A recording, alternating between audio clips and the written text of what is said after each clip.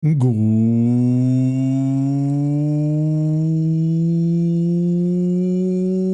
afternoon, everybody. Hello, hello, hello. And welcome back to the Thursday stream. Hello. Hope you're all doing well today. Greetings, Golondia. Congratulations on the first. Good afternoon, Eldu. Congrats on the new monitor. And hi, Eldu. Krembo, good evening. Yes, that's what this is. That's what this is gonna be. Afterwards, we're gonna play some Fortnite. Yeah. Yeah. Jimmy! Jimmy, you are the best duckling. Hello, Jimmy. Matu, good morning. Kensei, good afternoon. Thank you for the hydrate. Hold up. I just grabbed a new bottle. Appreciate it. Hannah! Hello, Hannah. How are you, darling? Hope you're well. Good morning. MJM, good afternoon. Ring Song! Hello, Ring Song. How's it going? And Matu, you are the best duckling. Well done. Well stolen. Hello, everybody. It has been raining for the last day. The last 24 hours have been gray and rainy, interspersed by it being pitch black and rainy. It's cold, it's been windy, the wind's been howling outside, so I bring with me a blanket, and in general, like, the mood to go to sleep. We're gonna have a cozy day today. It's howling outside, I tell you. Oh, can you believe that it's fucking October already? I kind of had to check myself earlier. It's weird, right? Like, obviously, when you go through your day to day, you do realize like what month it is.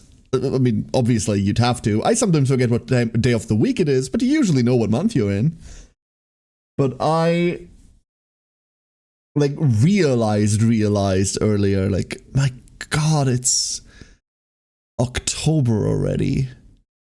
Year's almost over. What? Finally, a turn-based game stream. It has been too long since the last one. It's been so long, hasn't it? Eldu, thank you for the 61 months. Hello, Eldu. I've already said hello to you. Thank you so much for the 61 months, Eldu. Yeah, we don't really do turn-based tactics anymore, right? Playing CZN, it released yesterday. I know it did. I re-rolled for Magna.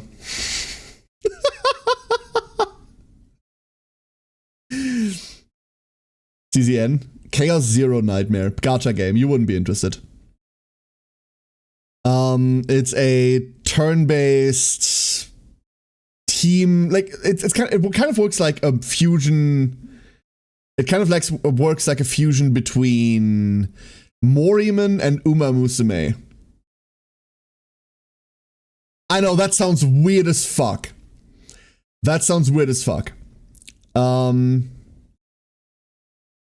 So the reason why I say it works like Mori is because you make a team of 3 and then their cards combine into one deck, but you don't play them as singular units, you play them as a team.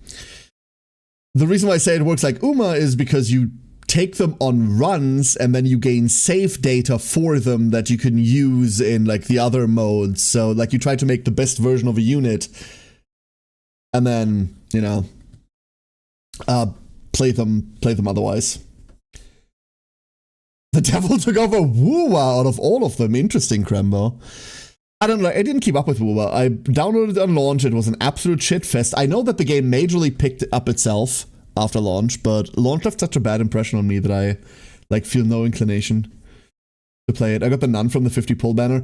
I rerolled for Magna. I will tell you right now, my account is fucking cracked. I've been pulling hot like hell, Golondia. My current team, I'm on Magna, Khalib, Maribel. That's like, I'm playing like dirty tank shit, right? Like I'm playing tank counterattack. I got a Kayron. But I'm not playing Kayron. I don't care. I want to play dirty tank shit, right? I got 2 Lukes. Fuck. What else? And just like a shit ton of copies of Maribel. So that I've been pulling really, really well. Oh, I rolled a Hugo, but I haven't even looked at his skill set yet because he's not a tank. And also Magna. I'm just playing Wolf Girl Goes Punch, okay? That's all I'm playing. One Magna and Rin. If Rin was an absolute bottom tier garbage, like Rin would be interesting. But she doesn't play well with anyone, and even if she plays by herself, she doesn't do anything. I know you wonder for the design.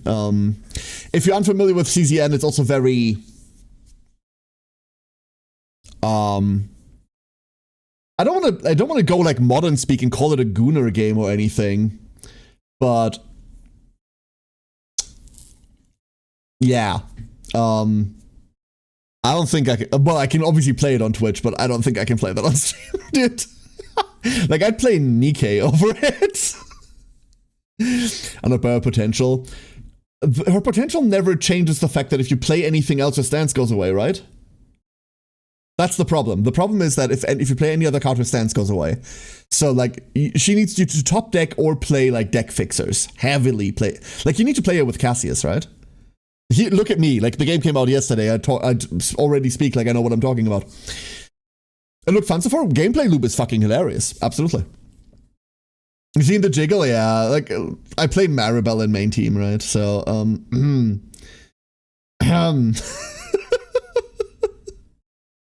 managed to pull off getting through the tutorial so I could get the dailies unlocked before the reset after I got home from work yesterday. I reset for, like, I rerolled for like 4 hours. Like, a reroll is like 30 minutes. It's awful. 15 to 30 minutes. It's absolutely awful. And I could not, like, I wanted to start on Khalib. I didn't start on Khalib. My order was Khalib, Magna, or Mei Ling. And on reroll 15, I finally got a Magna. And I was like, okay, I'm out. Fuck you. CZN is worse than Nikkei. Hold up. Hold up. Here. I'm going to make this easy for you. I'm going to make this really easy for you. So, I play a dirty counterattack tank team, right? Tank team is made up of... Oh, you see Maribel? Okay, I'll do it for everyone else. So, tank team is made up of Magna, who's punchy wolf girl, who punches things. Khalib, who has a big sword and kills people. And this lady. This is Maribel. Maribel had to afford a really, really big shield, so she couldn't afford any fucking clothing.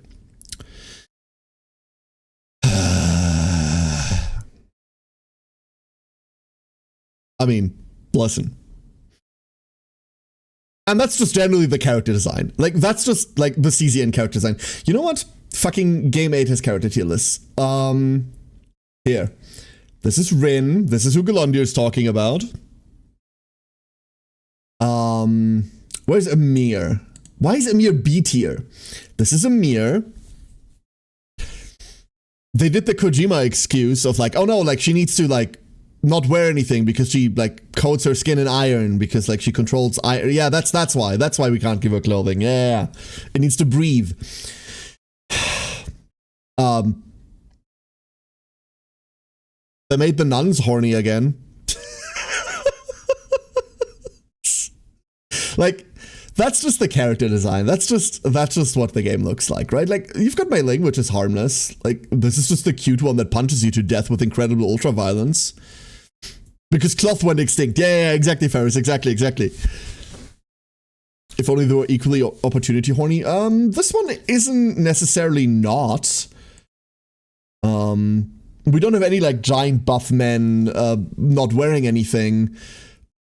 We more have like the K-drama style of hot guy. And we do have the furry bait. So, you know. But every male character in this is also, you know, built like that. I mean, Cassius exists, I suppose.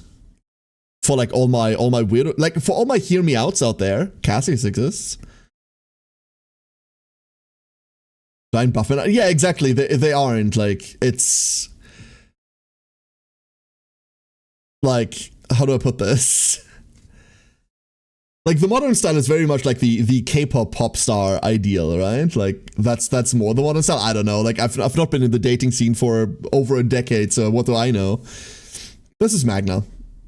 This is who I main play. Magna goes punch. That's it. That dude's body shape is undeniably for the gazing. Yeah, to make sense of it, you need to look at it to make sense of the fucking thing.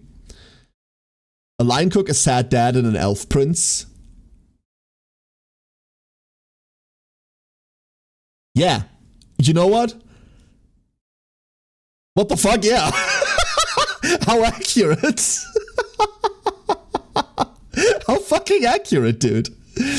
I hate you, but you're right. Precisely.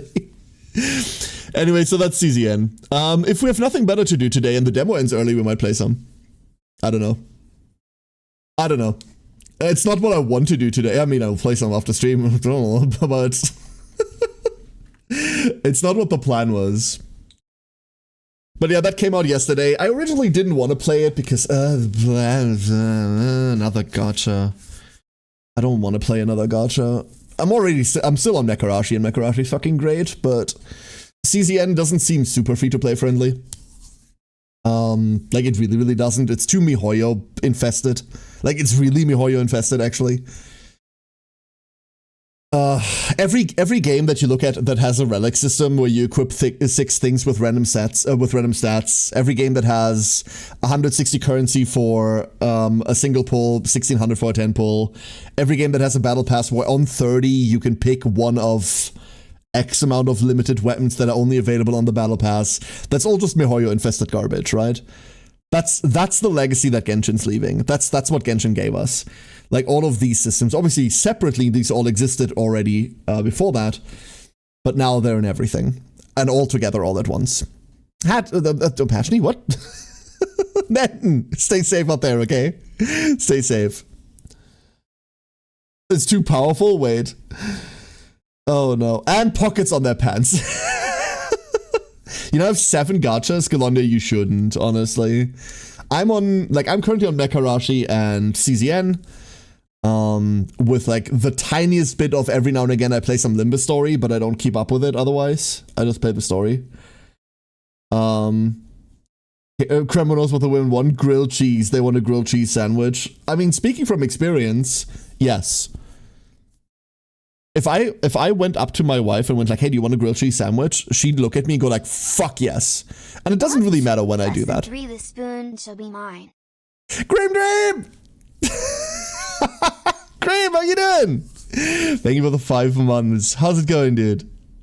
How's it going? Hello.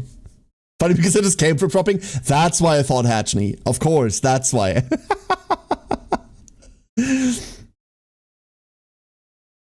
How am I? That's a tough question. I'm very non-hype today. I'm doing well. Thank you for asking. But it's a dreary, gray, rainy day. And everyone around the house is busy with their own stuff. Work's been durdling on. So I'm just kind of comfy at the moment. I'm blanket clad, staring outside through the window. Well, through one of them. And it's just raining. Which is nice. I generally like the rain. I really, really like it. It's comfortable, right? I talked about this before, but one thing that I find absolutely fascinating is that if you look across generations, the generational attitude towards like rainy days like this, on average, are super different. Obviously, you always have people that prefer one thing over the other, right? But if I ask my grandma, or like anyone in that generation, for example, like, hey, rainy days, they'll always go like, oh, that's such bad weather. Awful weather. Like, I would use bad weather to describe like a hurricane. Or shit like this, but no, like, it's bad weather. It's so bad. Oh, blah, blah, blah, blah, blah. And you can always trace this back down to one thing, right? And that is that during their days, obviously it's still her days, she's still alive, thank God. Love that woman. She's a bit weird, but she's a wonderful grandma. But during like her heydays, you couldn't do shit when it was storming outside. There was nothing to do. You were stuck inside. You couldn't like properly meet up with people.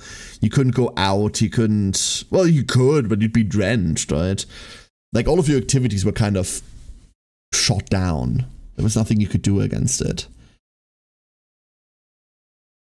And that's just not the case anymore, right? We're so much more on average, we're so much more indoor focused. The opportunity to do things and enjoy life despite the elements has grown so much, right? So generationally, the way that we look at rain, rainy weather outside, like days like this, is so different. It's so different from how it used to be. I find that absolutely fascinating because it's such a main cornerstone of life, right? No matter what we do, it's always going to have like rainy and sunny days out. It's always going to have rainy and sunny days.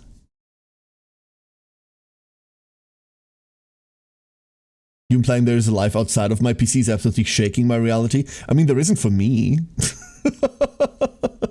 There isn't for me, but other people have reported of this like mysterious outside land where apparently the sun gives you skin cancer. I don't know.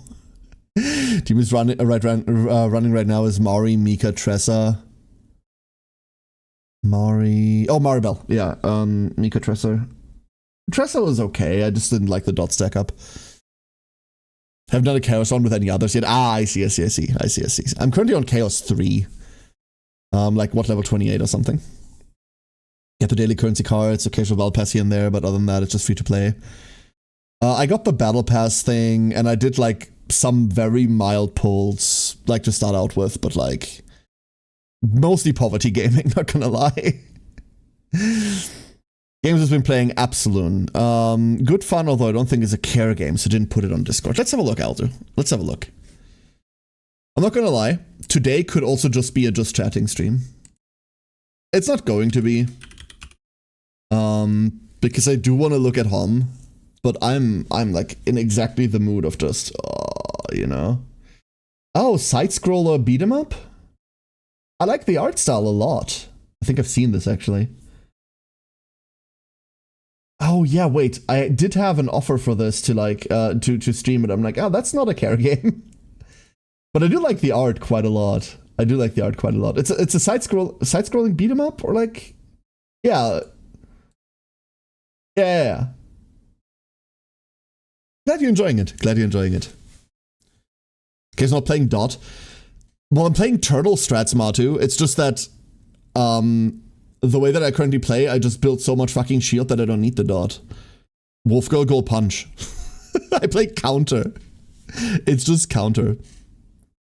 Definitely have more ways to stay occupied indoors, and for many of us, we no longer work outside unless necessary. Avoiding the drenched part of it raining really improves your feelings about rain in general. It really does, Hannah. It really does. I believe it's less than no longer working outside. It's more your social life doesn't take place outside anymore, or takes place outside less than it used to. Because if rain's ruining your work, well, you were working anyway. That day sucked balls anyway, right? Whatever. But if like your free time now gets sabotaged by something that's beyond your control, obviously you're going to look at it less favorably. And that's just a lot less true now. Did think the same, didn't want to say it. It doesn't help that there's really only one Dot character, Hatchling. There's really only one Dot character. And I don't super like her. Alex, good afternoon. Hope you're doing well. Hello. Other than that, nothing much has been happening. I've looked at the Mechanicus 2 demo again after we played through it, hoping that there was something else. So it's a very, very streamlined demo.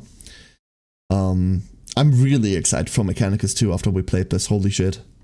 That's got like all of my attention. I wanna.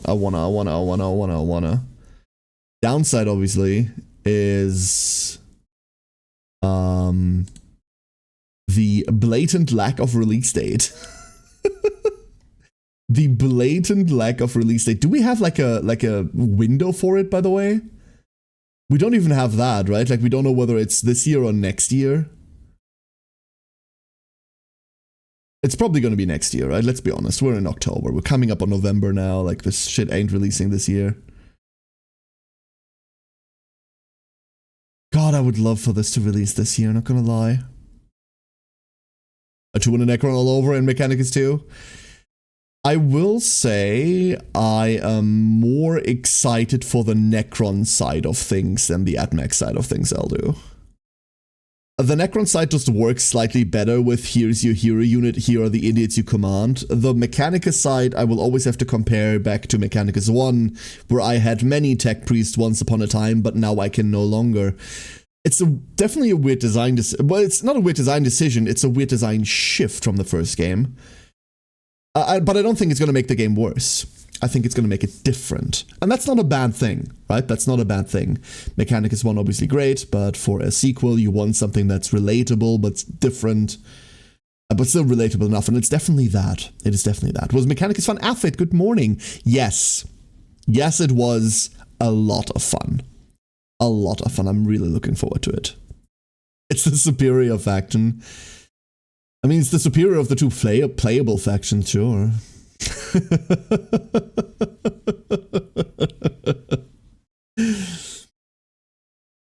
I wish I had more motivation to do HoMM stuff recently. Not gonna lie. I wish I had more motivation to do more HoMM stuff. With Kaori not being here like every other month now, like we're playing a lot less. Like so much less.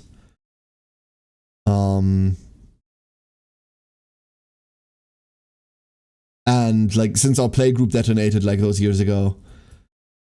God, that's been years now, huh? Like I don't really have the opportunity to play with other people either. So it's the occasional online game. And it's drastically cut down on my immersion in 40k, right? And I find that because I'm no longer constantly like in the middle of it, it's harder to like recommit to like, hey, let's start a game, or like, hey, let's keep up on the recent rule changes. Fuck it, I haven't read the latest balanced data slate.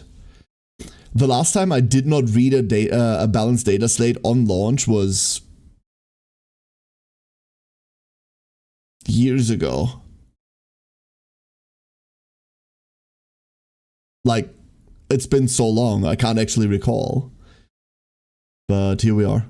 Hey, Nick, how you doing? Time to make 10,000 goals! No, we're stacking skeletons. We're stacking skeletons.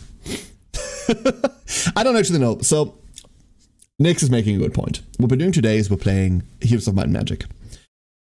The newest Heroes of Might and Magic, ironically named Olden Era, is scheduled to release... it's scheduled to release... I'm not prepared. Next year. It's scheduled to release next year. So it's not a this year title. And they've put out a demo. I've had access to this demo since before they released it. And I was too busy playing Digimon. Not gonna lie, I was too busy playing Digimon. They're intending to launch on 6 factions. That's all I know, right? Like it's humans, necrotic, elves, underworld, infernal, and something, I don't know. And 4 of those seem to be playable right now. But in reality, I have not looked at anything yet. In part because I like to have my first reactions on stream to keep that authentic. You all know I'm dog shit at pretending. So I need to like do this on stream to like react naturally. I think y'all deserve that. And also in parts because Heroes of Might and Magic hasn't been good for years. Right? Heroes of Might and Magic has been I don't want to say a dead franchise, but I think after the last one, it was very, very, very easy. Excuse me. Fucking dying over here. After the last one, it was very, very easy to call Heroes a dead franchise. Not only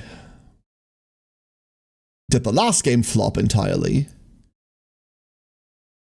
but the one before that sucked ass as well. I don't know your feelings about Hero 6. I don't feel all that well about Hero 6. It wasn't the worst, but Hero 6 was mediocre. And then Heroes of Might and Magic 7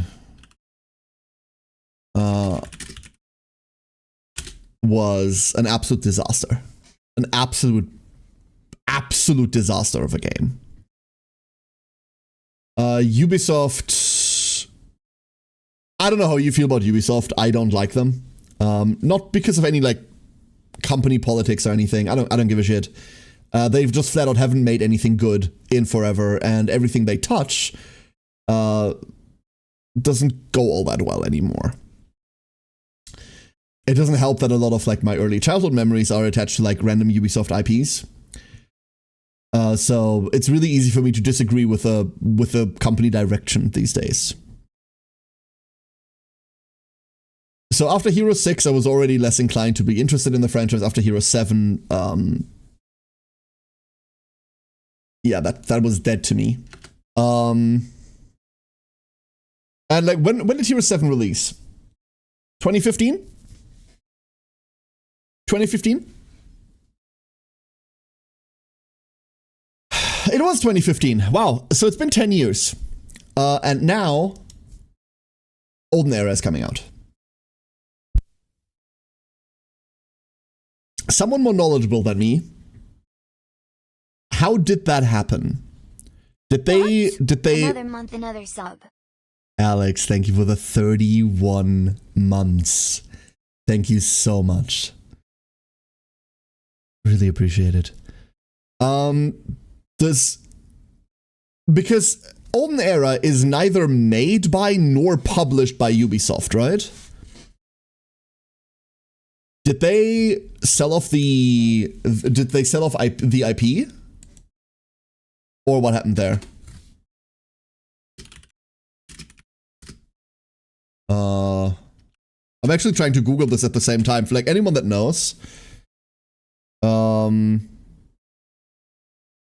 Apparently they still say they still own it.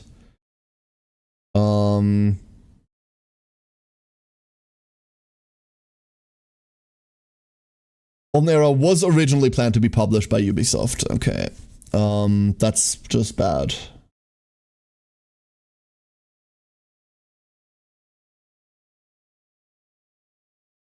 So no matter what, they're still involved in this somehow, right? But their name isn't on the tin anymore. So they're still involved in this somehow, and they've handed it over to Hooded Horse. Hooded Horse is... A couple of disclaimers. Let's do a couple of disclaimers. Hooded Horse is a publisher that I've worked with in the past. Most very recently, Enter's Legend 2. I partnered with them for Enter's Legend 2. I worked with them with Cataclysmo, and by worked with them, by the way, I mean they messaged me and went like, hey, do you want to stream this video game? We'll give it to you. And I was like, fuck yeah. So they have sponsored me in the past. They've sponsored me for Cataclysmo, for Heart of the Machine, Breachway. Against the Storm wasn't a sponsored stream. Actually, I'd never streamed Against the Storm. That's just me. I just like it. Hooded Horse and I have worked on, like, I've worked together with them on a lot of things. I've not worked on the games, but streamed them.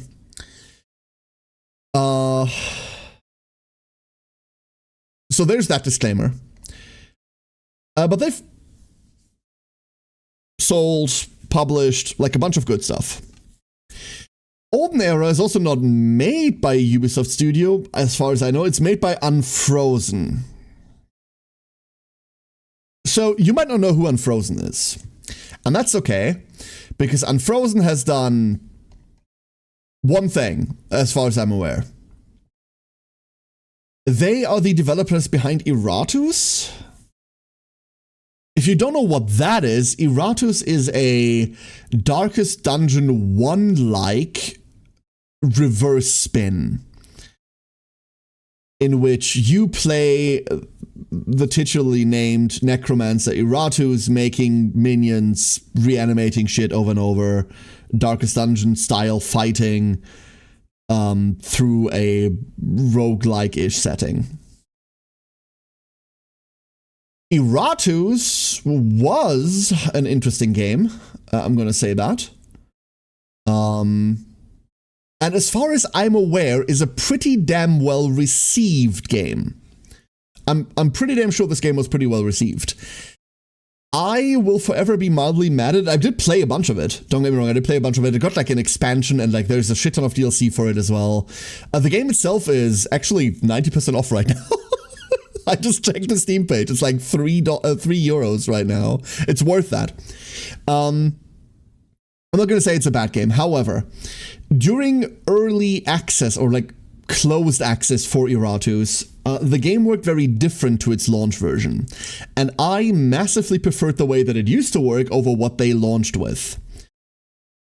Not saying the launch version is bad, but I never managed to like consolidate my feelings on that, and I always preferred the olden versions, and I can't play the new version without looking at it and going like, oh this is just different. I don't know. So I wasn't massively in love with it, but by all means, it's a competently made game. It's also pretty decent content-wise. So, Unfrozen has that experience. I don't know how that lines up with making fucking Heroes of Might and Magic, but they've made a competent game, and they've marketed a competent game before, and they've had a decent content strategy with expansions and DLCs that, as far as I'm concerned, isn't too creative foundry. Right, like if I look at the DLCs here, they're all like relatively, they're all really cheap, right? Like none of these are like expensive. Even the expansion for it is like $15 or something, and then there's like a bunch of like little cosmetic things. This doesn't scream okay like marketed to death or like monetized to death to me. And like I said, as far as I'm aware, the game was relatively well received. I'm just yapping. I haven't even read chat. I'm so like sorry, everyone. Like today is just a cozy day. I remember Ubisoft is trying to monetize an IP they think won't do big numbers like their AAAs. Yeah, that makes sense, Ferris. That makes perfect sense. Iratus was fun, not ground-shaking, but fun. I would agree with that, Eldu. Iratus Heroes in this game, by the way. The devs put him in. Why are you telling me these things, Nix? Standard policy is still, I don't want to know shit about a game before I play it. Like, I guess. If this was like a more story-focused game, you'd now be shot for spoiling shit. Why do that? So much for all of the preamble about it, right? As far as Heroes of Might and Magic itself is concerned, I did not grow up on Heroes 2 and 3. Shock horror! I don't even like them. No, it's not that I don't like them. They're really good. I would not go back and play the old Heroes of Might and Magic myself. I grew up on 4 and 5. I am so sorry, everyone. I really like 5. I really, really like 5. I'm so sorry. You may now ostracize me. It's okay. You can now do that. 5 was just the one that I played when I was a kid, when I was a teen. I had all of the expansions for it. Me and my siblings. I have very, very fond memories of playing with my brother and sister. And like dumpstering them in hot seat games. That shit was fun as fuck. I really, really, really, really, really liked 5. As far as Heroes 4 is concerned, I don't really have too many memories of 4. It's all mostly eclipsed by 5. But I remember 4 being weird. So 5 is like my anchor point in that franchise. I know that 2 and 3 are like the big beloved ones, like the really, really big beloved ones, but my anchor point will be 5. I played 6. I thought 6 was mediocre, but 6 at Naga, so, you know, I can excuse anything if there's a... I almost finished the sentence. Holy shit.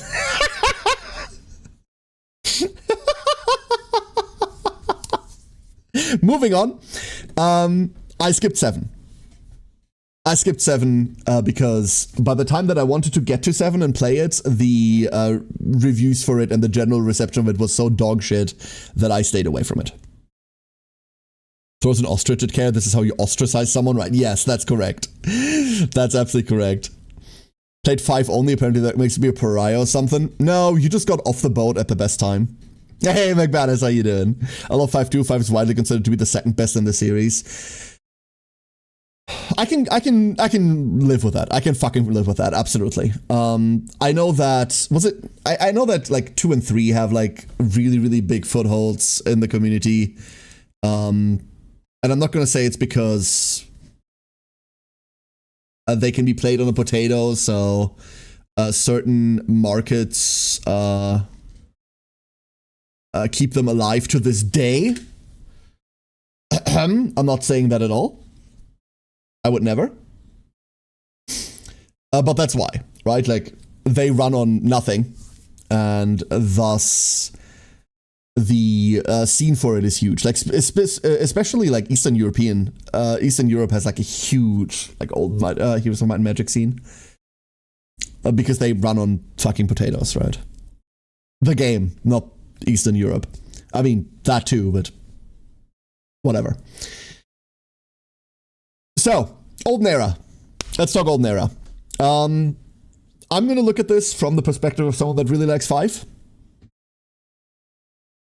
If you like others, I'm cool. That's fine. That's nifty. Give me your perspective. Tell me how this compares to 2. I won't know. But, and I'm gonna be really clear about this. This is not a disclaimer I usually have to give. But I'm gonna be clear about this. I'm not gonna deal with any, oh, this is the best game, you don't think so, therefore you are now the bad guy kind of conversations. It's really rare that I dive into a franchise that has a fan base that's super divided on which one's good and not. Don't start this shit here. I don't give a fuck. Okay? I mostly say this like into the ether and less at my specific longtime viewers because I know you all are civil on this. We have really dumb opinions, but usually we're very civil about sharing those. But my big concern looking and streaming Heroes of Might and Magic is the brigade entering, you know?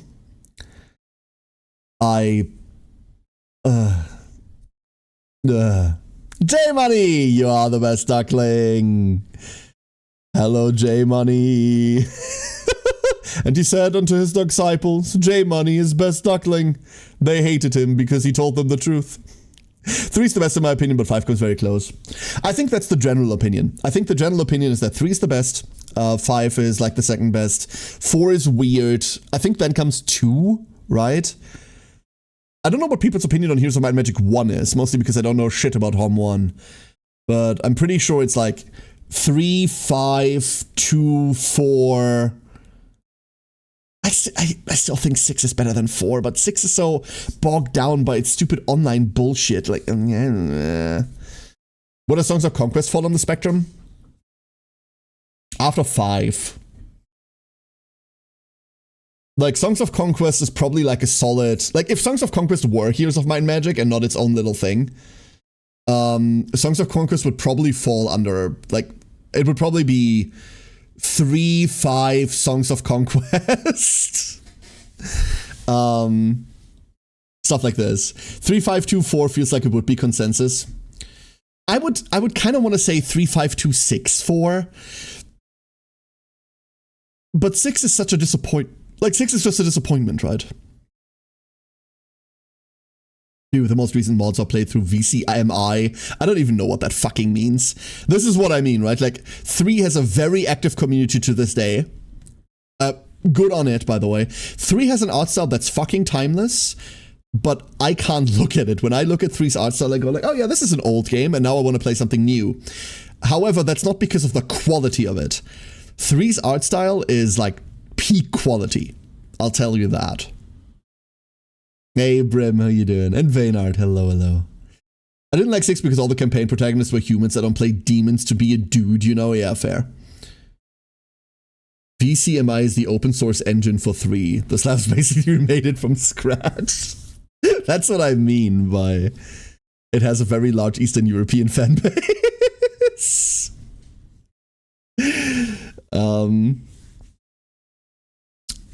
Yeah. So. No, I don't feel like rushing. No. I'm not sure why I never got into HoMM. Maybe seeing it in action would show me more. There is one thing that I'm going to be peculiar about. There's one thing I'm going to be really fucking peculiar about. And I don't know how, like, the actual, like, ingrained Heroes of Might and Magic fans feel about this. But the way that I've always preferred to play HoMM, and me and my siblings had this as a house rule, was like 1 hero only. The one thing I know about Olden Era is that it has a mode that's 1 hero only. Have you tried the 5.5 mod for Heroes 5? Of course fucking not. Like, A, I don't regularly play Heroes. B, the last time I played Heroes 5 was when I was still living with my parents slightly less than 20 years ago. C, I'm not a retro gamer. I don't really go back to play olden games. If I wanted to play something like Heroes 5, I'd play something else.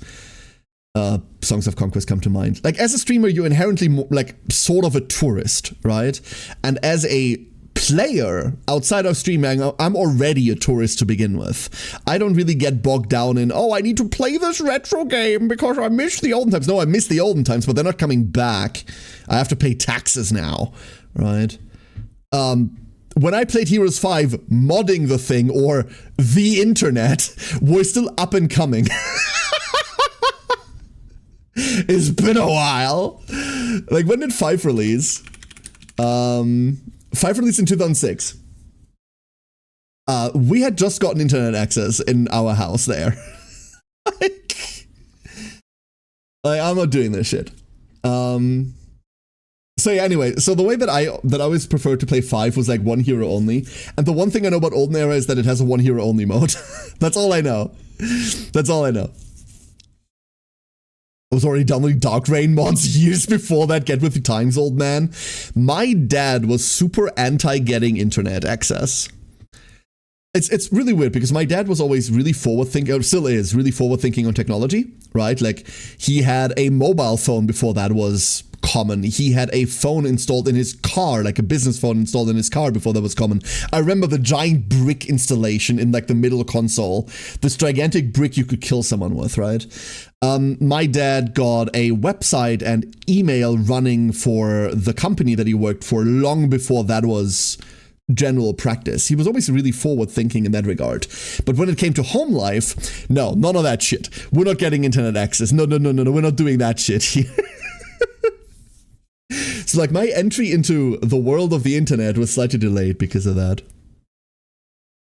It's a weird time then.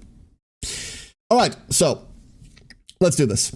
Let's boot this up, shall we? First, I take a sip. Today's gonna be slow. I'm sorry. Like, today's care tempo is slow, and I hope you all have the patience to deal with that because I don't have the energy to rush anywhere.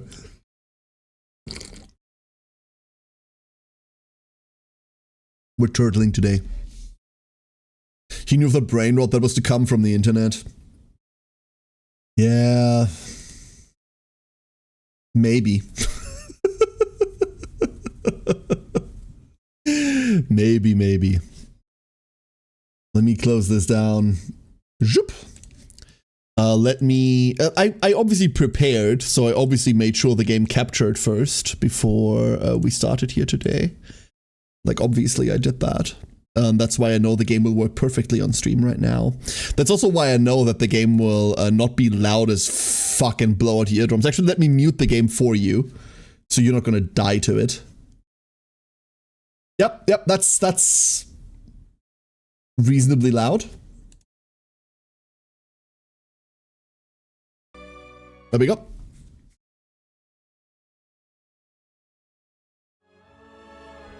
Ah. It doesn't even hard stop the music. It like, okay, do we have...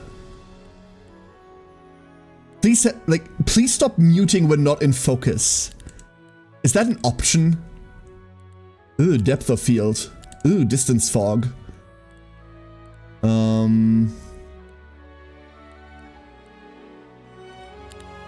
Do we have... Hold up. I know you can't see right now. Let's autosave. Like, unlike other games, it doesn't immediately stop the sound when you click out of it. It fades out. There has to be a way to disable that, no? There's not a way to disable that. Who the fuck designed shit like that? Why is there no toggle? Oh, that's beautiful. I hate it. I hate it.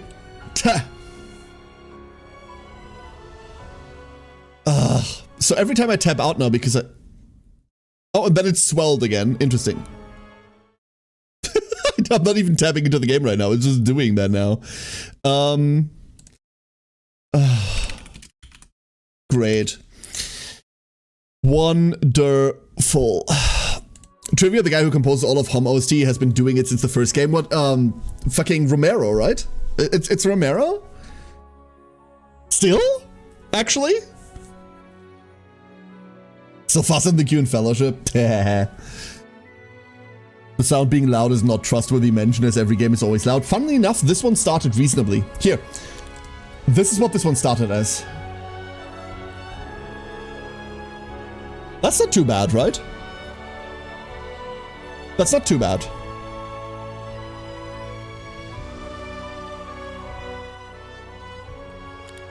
I just want it down there.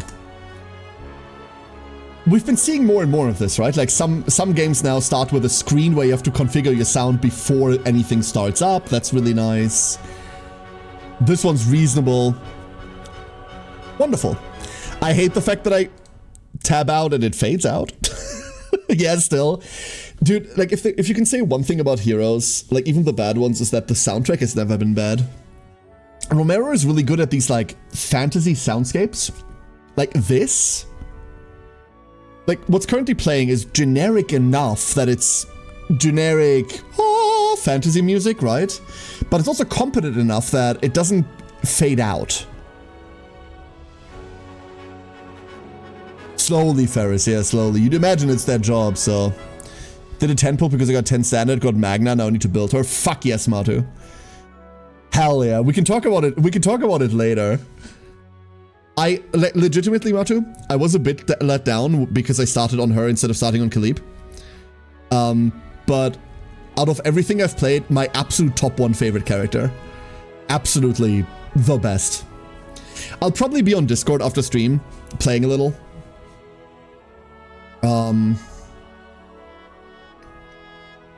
We might not do it on stream. It depends. In Poland, the Slavs have started a fan orchestra that plays HoMM tracks. Romero has traveled to Poland multiple times to just play with them. Fuck yeah, dude. Hell yeah. Here we go, Unity engine. Yeah, so one thing you can see really quickly is every time I see this report a bug symbol, I'm like, oh, look, Unity. I'm not a developer, but like, I see this, I go like, oh, Unity, nice. I don't know how you feel about Unity. I don't know how people in general feel about Unity. I just don't want to deal with fucking Unreal 5 anymore, okay? I just can't deal with Unreal 5 games anymore. Every fucking Unreal 5 game looks the same. Unity has not done that to me. Unity has not done that to me. And I know that Unreal can look different too, but they just don't. Every Unreal 5 game looks the fucking same. I cannot. I just cannot anymore. Actively, if I hear, hey, there's a new game being developed that you might be interested in, I go like, yay, and then I hear, oh, it's U5, and I lose interest. I just lose interest. Feels like a lot of people actually try with Unity. It's kind of neat. I don't know that side. Krembo is about to chime in on this because Krembo is knowledgeable in this shit, and I'm a predictive genius, but...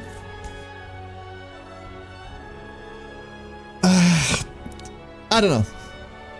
There's Krembo. My feelings about Unity have gone from slight concern about technical direction to I've been dealt a grave insult by the Unity executive team and they are now the enemy. Unless you mean, how do you feel about games made in Unity? Which is, yeah, that's neat. I'm sorry that you've been slighted. Clearly, your magnificence does not deserve that, and I am legitimately apologetic about it, Krembo. But yes, I meant games in Unity. As long as the game doesn't have AI-generated dog shit in it, I can tolerate either engine. Neither one has been horribly bad for me. Yeah, I don't deal with... I used to say I don't deal with AI at all. There are levels to AI that I don't deal with. In general, art assets generated by UI are a instant no. VA work that's made by AI that isn't exactly and provably trained on consenting voice actors, which shouldn't exist if you ask me, but hey, to each their own, is also an instant no-go. But there are exceptions. I'm actively making exceptions. You can feel about that however you want. My standards aren't really up for debate, but hey. For example, we played Jump Ship, right? Jump Space, sorry. Jump Space has some AI voice acting for the actual AI of it. I'm okay with that. I'm kind of okay with that, you know? Like, that's alright.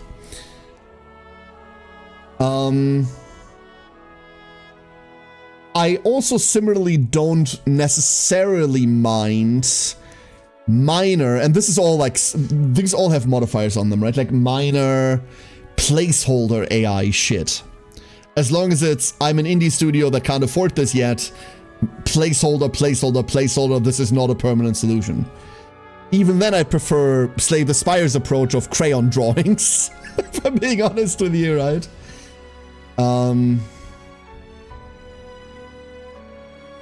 Yeah. Last thing I recall about Unity is they had a bit of a scandal where they wanted to make a retroactive change to their usage terms. I remember that too, Kensei. That they would have made a boatload off of smaller indie devs. Yeah, like activations, right? The game dev that use Unity, it just feels like they put in more work towards art styles versus UE5, which just, how can we God of War Last of Us this game? The hunt for graphical fidelity over graphical identity is one that I will always lament. Oh, these are big words to use for a moron such as I. I will never understand... No, I understand it, but I will never be in line with the industry's hunt for another ray in ray tracing as opposed to making something that's pretty and potentially timeless. You know what I mean? If you market your game to me as realism, I'm not interested. Like, I don't give a shit, right? Remember when World of Warcraft released back in the olden days? And one of the general criticisms of World of fucking Warcraft was the cartoony art style. And while WoW has gone through like a visual upgrade over time, that style's sort of timeless. As opposed to the 1,000,001 games between it that now have like tried to like realistic art. Like, no. Sonic 1 graphics still look crisp. I wouldn't say crisp. But they don't feel like they've aged. I mean, unfortunately it has Sonic in it, so... Mega Man Legends. Oh. Good one, good one. Image quality over image style. Oh, image style over image quality. Yes, yes, Theo, absolutely, absolutely. This is why I always say, like, I'm not a graphics whore, right? Like, I don't need the game to be high in graphical fidelity. I need the game to be pretty. But that doesn't come with throwing more polygons onto a thing, right? It comes with having a visual identity. And simultaneously, if a game's visual identity doesn't line up with what I like, I won't play it. It doesn't matter how high quality it is. The tech art solutions for Mega Man Legends facial animation should be fucking studied in university. I will die on this hill. Legends was fucking fantastic, you're right. You're more of a Shadow the Hedgehog fan. Okay, touching on this very, very quickly, even though Ferris is just memeing, I don't give a shit about Sonic. I never have. I didn't grow up with Sonic. The first time I played Sonic 1 was when they brought out like a mobile version of Sonic 1 and I had nothing to do on vacation. I downloaded that and played it for about 10 minutes and I hated it. I don't like any of the Sonic games. I don't care about the franchise. I don't care about the cartoons. I don't care about the fandom. I've never met a Sonic fan that wasn't fucking weird.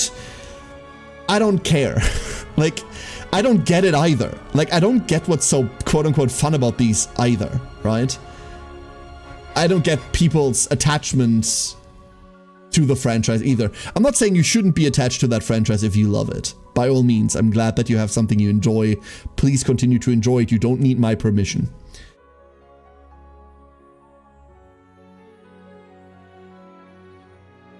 But if I have to talk to another Sonic fan that, like, for some reason, inexplicably, like, rants at me about how much they want to fuck their Sonic OC, I'm gonna throw up in their face. And it's weird that that has happened more than once. Anyway. Guilty Gear Xrd is one of the nicer looking Unreal Engine games. Yes, actually. Absolutely true, Crembo. It's specifically UE5 that's somehow made that visual style sloppy. Unreal, like older Unreals don't feel, it doesn't feel like the industry used to have that problem. Maybe I'm wrong on that, Crembo. Maybe I'm ill-informed there. But it's specifically UE5 that has just souped all of it, you know? Minecraft has outsold like every major AAA game made in the last decade, though that's not really fair to them because Mojang has had over 15 years of purchase data. No, that is fair, Theo. Minecraft obviously has a good visual identity. It's not one I like, but that doesn't matter, right? Yeah, Minecraft is a decent example of it. I've never met a Sonic fan that wasn't weird. VTuber Duck sitting on an Uma horse girl. Yeah, you know what? I have to own that, Ferris. I have to absolutely own that. You are 100% correct. All the Unreal games look the same has been a problem since Unreal 3 and the Gears of War release. I stand corrected. Problem runs on similar lines to Unity Engine games. It's related to the parts that Engine makes easy. I think I understand what you mean. I wager many current game company CEOs grew up in the times when new advances in graphics and engines were still a huge selling factor, even if the game was not that good, and missed the bus that the plateau has been reached and games need to be good. Does your PC run Crysis? Yeah, MJM, that's a fucking point, huh? This is the next level in graphical fidelity. Used to be a major selling point, right? When we were still advancing through that on a monthly basis. We still kind of sort of are, right? Like new advances are obviously still being made, but we've reached a point where it's enough, right? Like it's enough. It's good now. Unreal makes it really easy to include all the latest, fanciest, schmanciest graphics features, real-time lights and shadows, checkbox, GPU particles, checkbox, per pixel lens layers, believe it or not, checkbox! Unity managed to deliver a similar yet opposite reputation for garbage games because what it made easy was making a video game in general. Yeah, but that means that if you cover like the aspect that the game, that the engine makes easy for you already, then like you fall outside the lines, right? If you already make like really good art and you're doing something in UE5, then your game obviously isn't going to look like the same thing. If you already like know how to make a game, but you're putting it to Unity, like you're already covering the slop aspect. Ring Success, I'll just say this, having heard it from an Unreal dev, and it isn't probably the only issue with UE5, but it is one. UE5 has two modes, mobile or PC. If you turn on PC mode, it turns on all possible bells and whistles. And not all devs think to rein all the shadow rendering and light rendering and shit back after they get turned on. The engine itself is not the main cause for all the problems games made in it have, though it does have problems. No, absolutely, Ringsong. It's easy to blame the tools, right? But at the same, like, all you can say is that UE5 is a very, very simple to use tool for people that might not have the capacity otherwise to make a game. Think of photography. The advent of photography is making take pictures really easy. And with that, the amount of dogshit pictures that were taken because your dad had his thumb on the lens when he took it increased infinitely. Before that, you had to paint the motherfuckers. Right?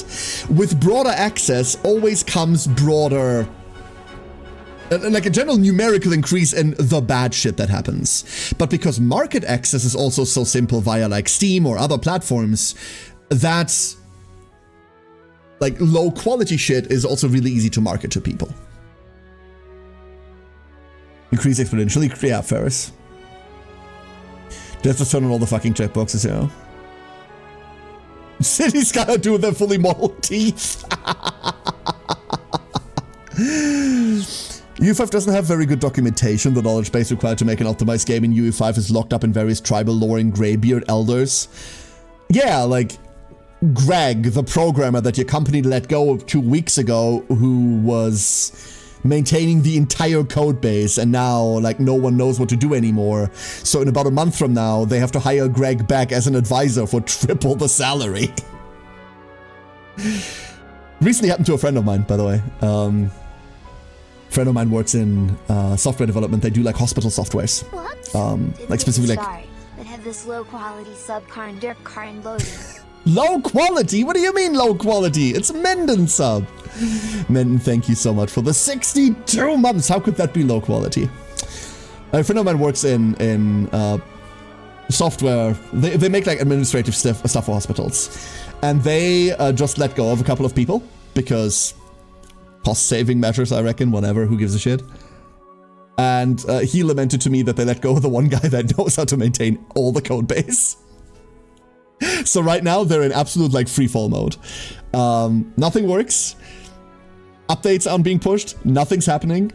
And they're frantically trying to reach the guy who has said, fuck this, and is now on vacation, like, somewhere in the Bahamas. And they just can't reach him. But he reckons they'll have to hire him back, and he can just name his price after that. You could be a Randy Pitchford and blame gamers for poor performance. Yeah, if you're a real fan, you'll make it happen. Exactly. Of course, of course, of course. Fuck Randy Pitchford. I've said this for years.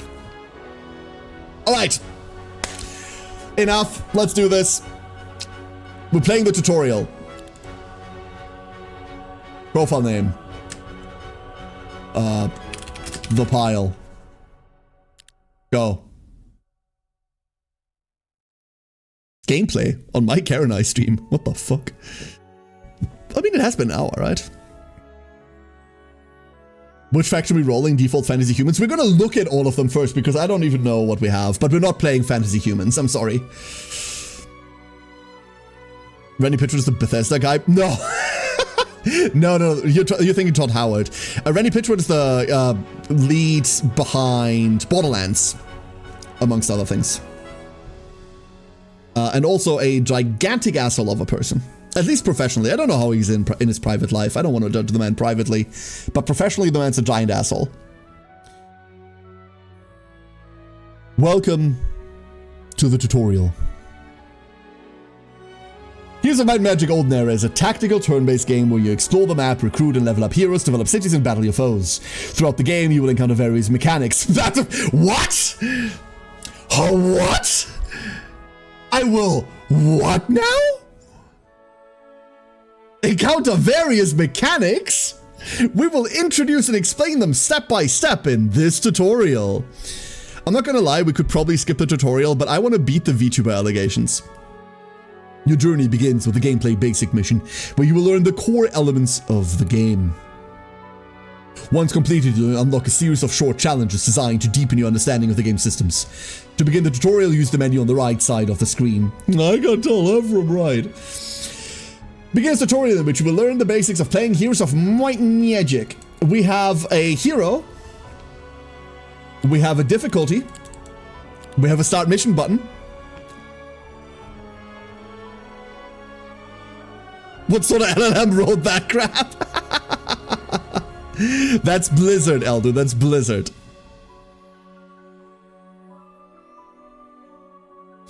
Before we experience fun, we must experience mechanics. That's correct. That's correct. Me when I have to bring my car to the shop. I don't know. I've never had a car repaired. We own a car. I can't drive. Welcome to the tutorial. We're going to teach you the basics of the game. To begin, close this dialog by clicking the left mouse button on the window. We're being very specific. My mom could play through that tutorial, nice. When you enter the game, you will find yourself, they didn't define what clicking means, but never mind. When you enter the game, you'll find yourself on the global map, the game world where various objects, locations, and enemy forces are scattered. This is going to be hysterical in how obvious it's going to be. By default, most of the map is covered by the fog of war. Yeah, okay, I know what fog is. To move a hero, double click on the map using a left mouse button. The first click will mark your path, and the second will confirm it to send your selected hero on a march. Movement consumes hero movement points. Depending on what you're pointing at, the mouse cursor will change to Don't be afraid. Your mouse cursor might look different. Do not be alarmed. Okay, I make fun of this. This is good, right? Like, I make fun of it because that's a very in-depth, down-to-the-grain tutorial. But that's not a bad thing.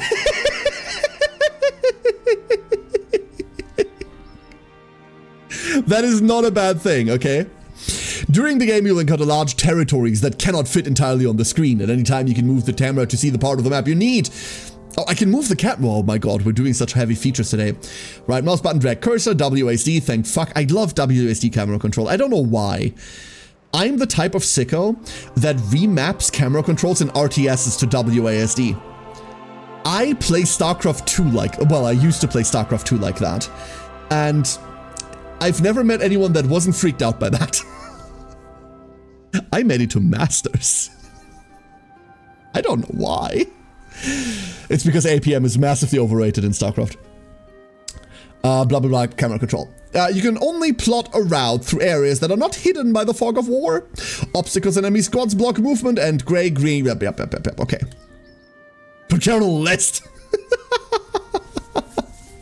Before Kay repented for his sins, he was a StarCraft player. I was an avid StarCraft player. I grew up on playing a lot of Brood War. And I got reasonably awful at Brood War. And when StarCraft 2 launched, I was an 8-hour-a-day StarCraft 2 player. Absolutely. I was really good at StarCraft. Well, really good. I made it up the ladder, and then they introduced Master Ranks and Grandmaster. I never really made it into... Well, I never made it into Grandmaster. I also stopped pushing, but I don't think I could have made it into Grandmaster. I don't think... I think I got skill ceiling capped at one point. I really liked StarCraft. Tried to play Tiberium Sun. Oh my god. Not having the mouse control set to WSD really threw me. Yeah. God, I love Tiberium Sun. Oh, the Olden Command & Conquer, dude. Love it.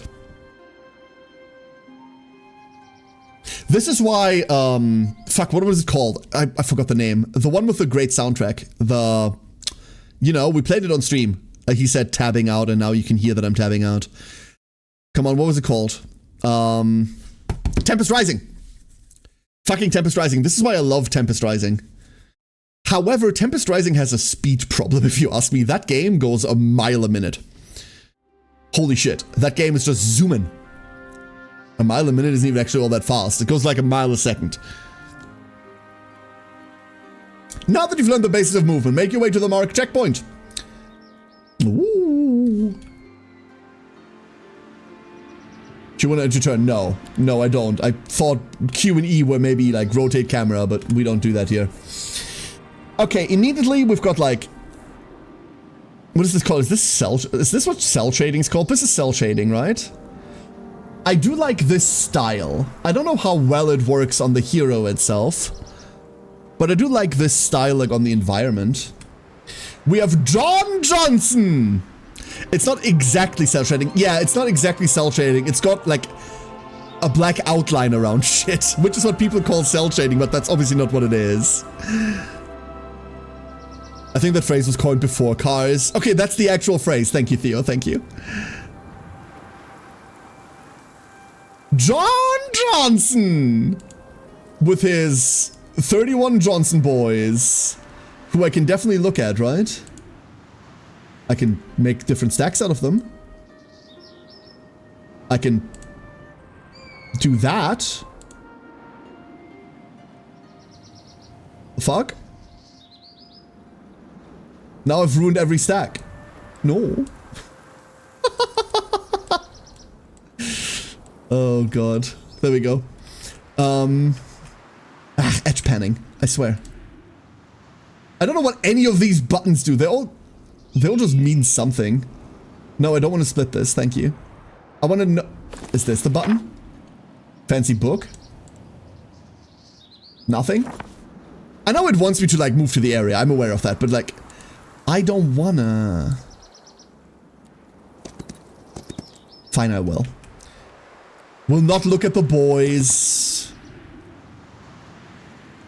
Looks like the perfect guy to steal native artifacts from with. That belongs in my pockets. Your hero can no longer move. All movement points have been used up. Click the large round button at the bottom right of this. The large round button! Every other tutorial will just call this the end turn button, but no, this is the large round button! Your hero will fully restore his movement points. Yeah. Your hero's movement points have been fully restored. Keep moving. Well done. Thank you. I see we're getting the easy praises out today.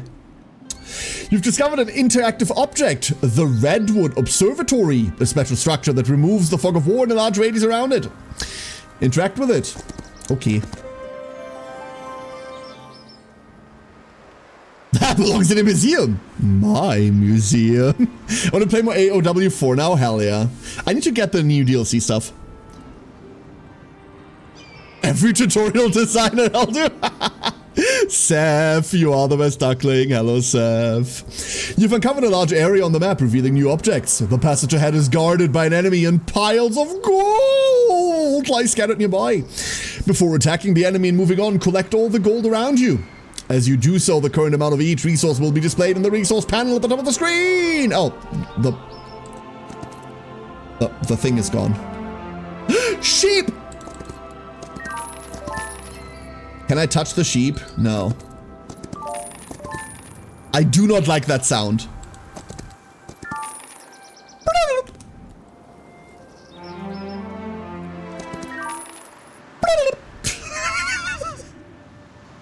I don't like it. Waiting for the vampire DLC is gonna get a more $1 billion or something. But seriously, if I can make Eldo in game, I make an Eldo. Hell yeah. But that's a bird. What are you talking about? You can already make Kefnuit. Keep going, plotter out with the squad blocking your path. Your hero will start a battle as soon as he is step onto the square adjacent to that squad. Minor grammatical mistake! Sorry, I'm being very dramatic now. Oh, I found my energy today. Oh no. Uh-oh. Oh, there it is. Ugh. I don't like that. No, let's not do that.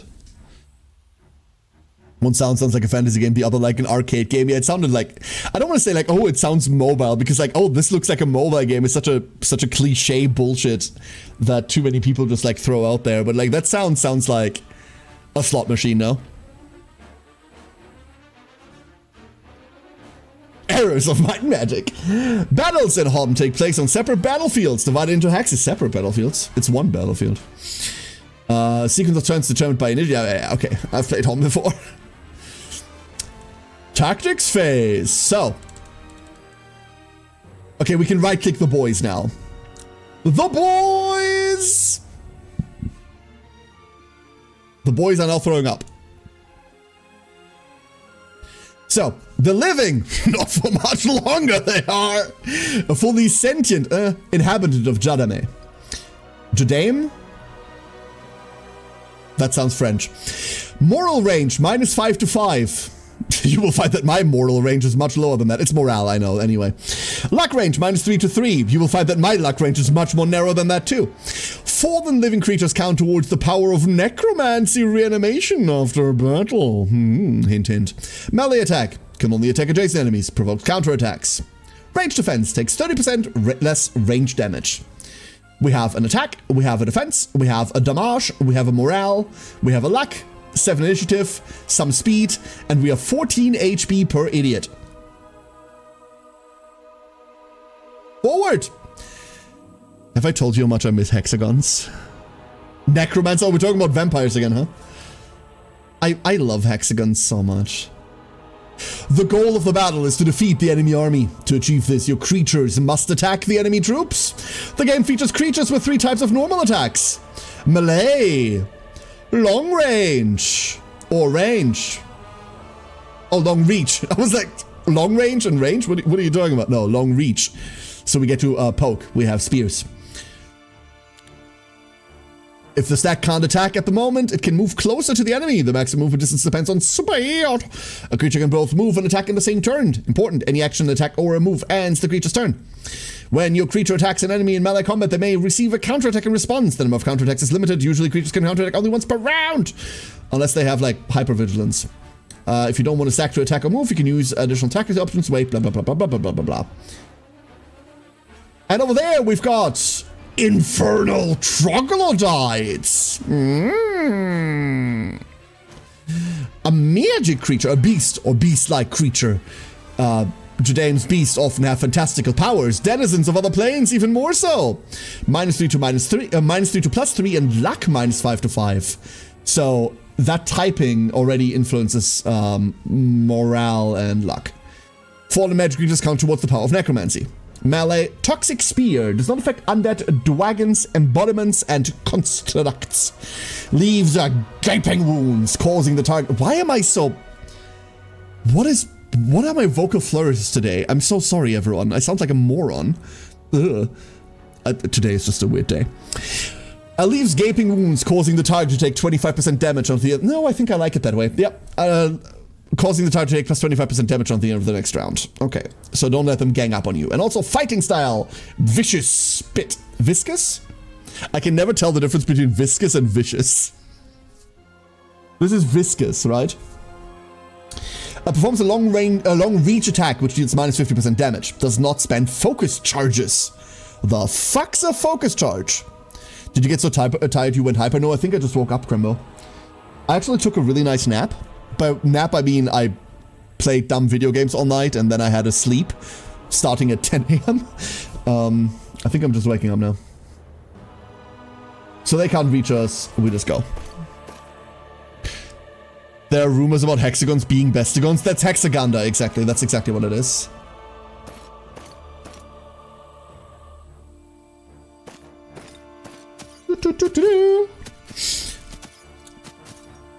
They're hopping. I love them. And then they had better initiative than me, and I didn't love them anymore. How rude! My dude! Poke. It. Okay. First things first. Hiya! Second thing second. Hiya!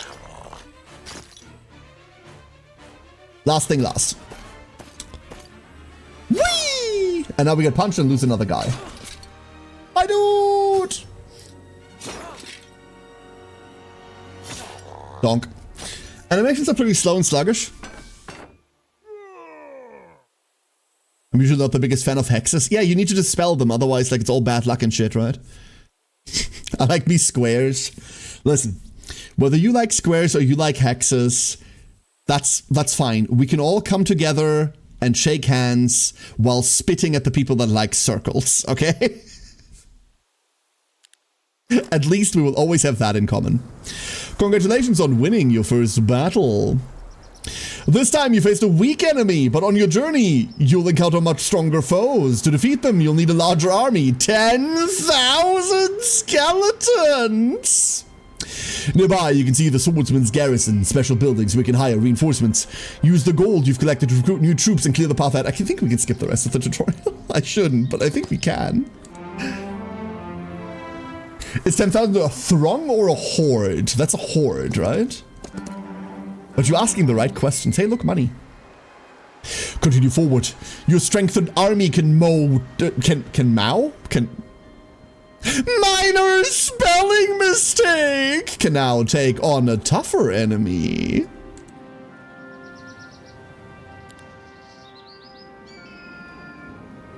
No, I wish to... Is this the split button? There, they've been split in twain. Actually, hold up.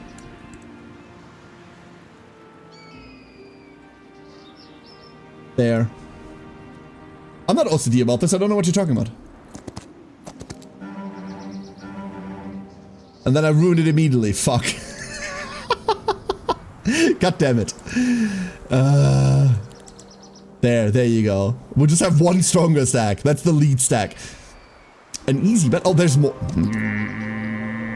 Yo. Infernal economy. Fine. To battle. We'll just have like one big guy. I'm running the full game as we speak. Correct. It's the only morally correct thing to do. It's the only morally correct thing to do. I mean, they're gonna go first, right? So, like, should we even move? We should probably just, like, sit here, right? They'll go 4. Yeah, we should probably just sit here. Poor guy, they're gonna get poked. Those musical things are bringing back so much memory. The soundscape so far is fucking fantastic.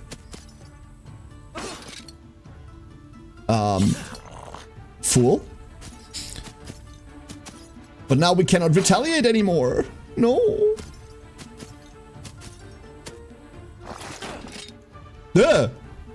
Just ghost in. And they live. That's rude. Hold up. That's like really rude. Why would you do that? Whee! Small sing that plays when something happens. It's the opposite of the gold one, right? Like, these are good, whereas the gold one,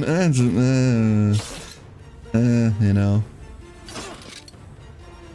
Gonna be writing letters to widows all night? Oh no. Wait, why widows? Have they been killed by a minor spelling mistake? Oh no, because the dudes are dead. Yeah, no. That's a shame. The dudes are dead in town. By exploring the world and defeating opponents, your hero earns experience points. Once enough experience is gained, the hero levels up. What a novel concept. With each new level, the hero receives random improvements to their attributes and chooses one of 3 secondary skills. Passive abilities enhance their overall performance. Choose your skills wisely to strengthen your hero. Heroes with well thought out skill combinations play a key role on the path to victory. Each hero has 4 attributes: attack, defense, spell power, knowledge. Attack and defense are added to the corresponding stats of creatures in combat, increasing the damage they deal or reducing the damage they take. Spell power boosts the effectiveness of spells. Higher values mean casting Armageddon is going to kill more of your own people.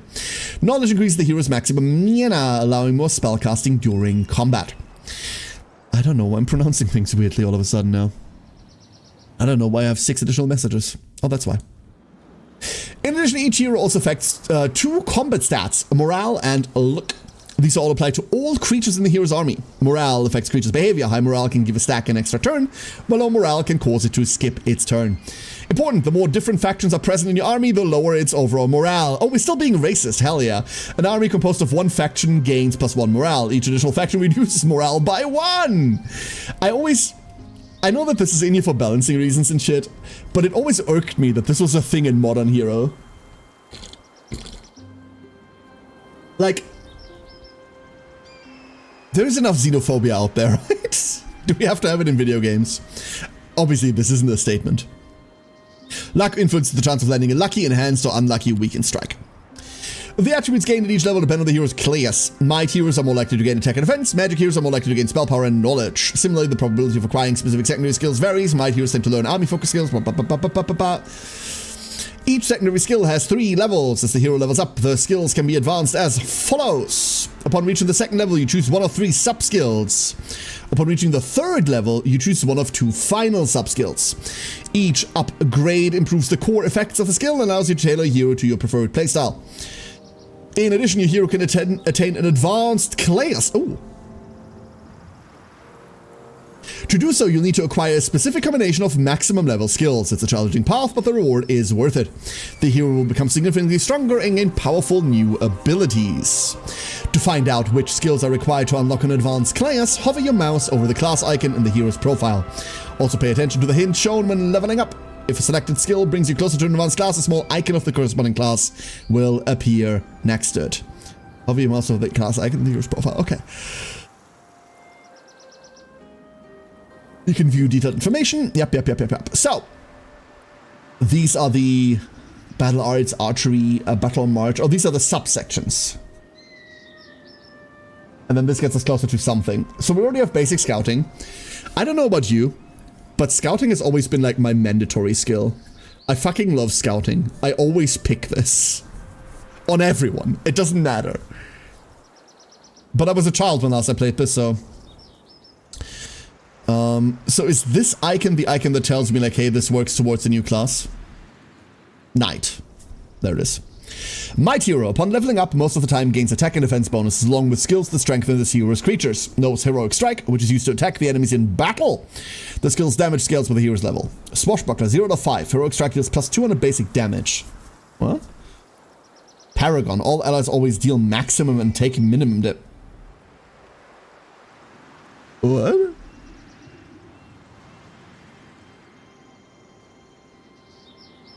So if I get 5 of the red sword symbol, all my shit deals max and takes min?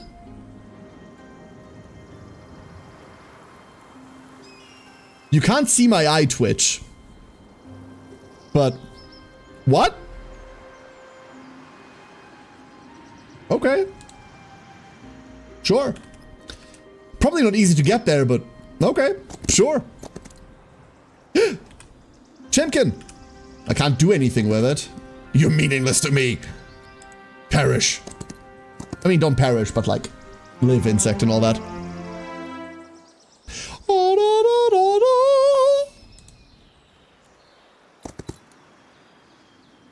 Well done. You've completed the first part of the tutorial and now know the basics of the game. In the next tutorial mission, you'll learn more advanced features and strategies in greater detail. I would like some chicken nuggets, please. I'd be down for some chicken nuggets.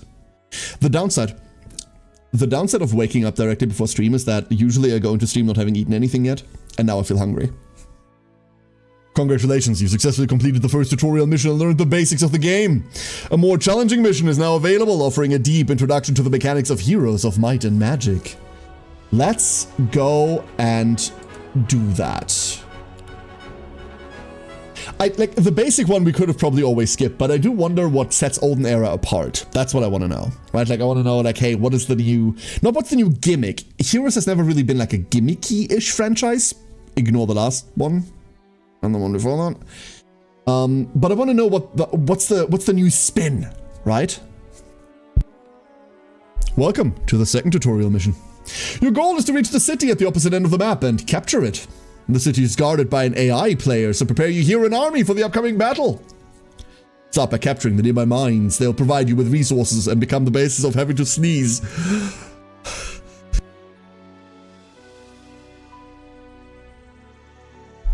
And become the basis of your economy. Okay. Map objectives. As you explore the world, you'll come across a wide variety of map objects, buildings, and items your hero can interact with. Hovering over any interactive object will each object has special interactions.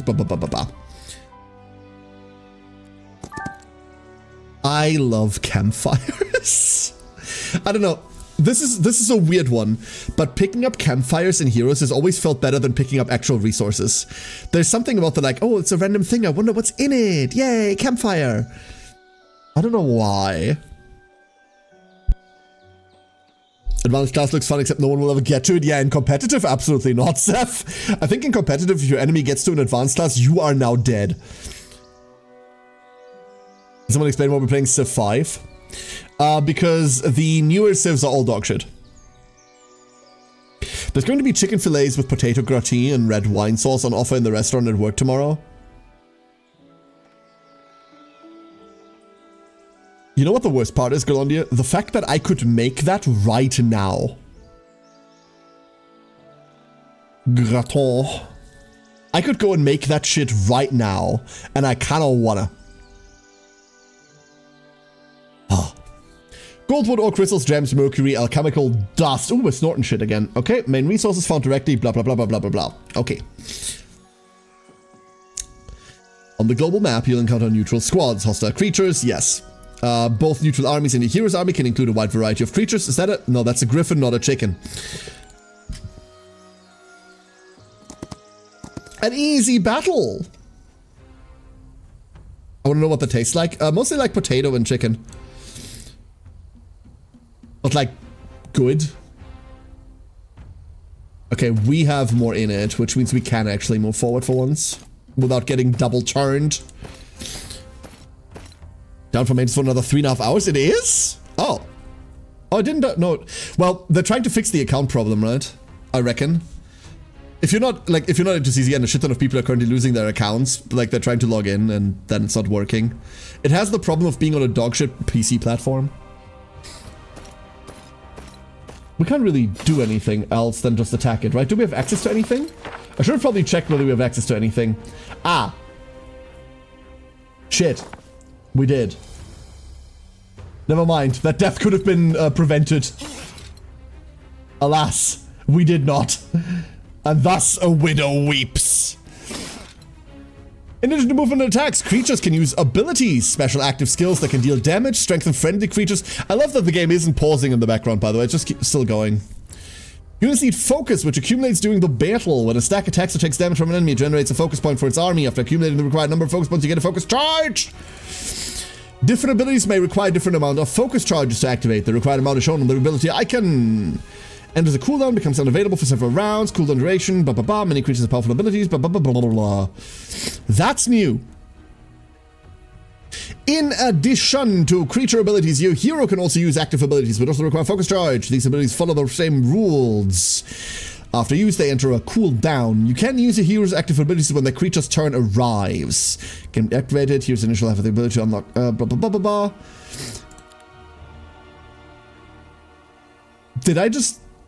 I didn't check shit. I should have read the last sentence. I don't know whether this carries over in between battles or not. I mean, there's no point in doing that. We can just click this now and it dies, right?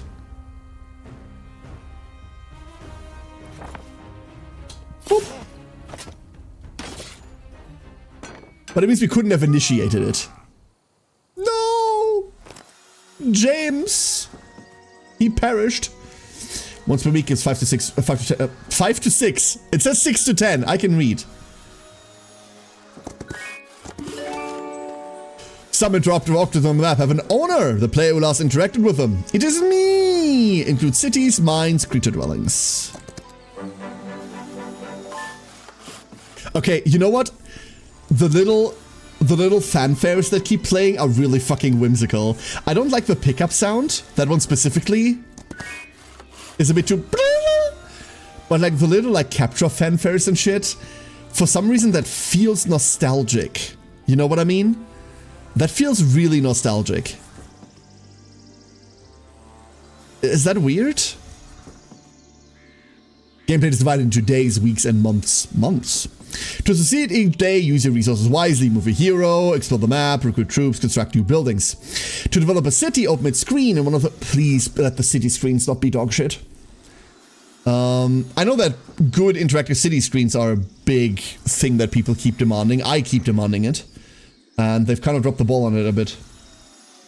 Plotting a route to it, double click the cities model on the global map, double click, yep. Several important events take place. Here's movement points, construct new buildings, temporary effects may activate. Someone keeps drilling holes into my wood. Giggity. A new week begins. Every 4 weeks marks the start of a new month. Also trigger major game events. Most notable creature growth. What does a month do? That's what I'm worried about. Cities are the cornerstone. Ooh, I see a bird moving.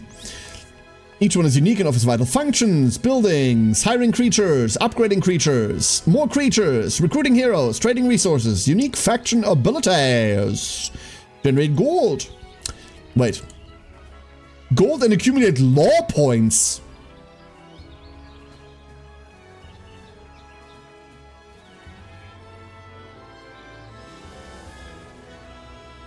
So you're saying there is law?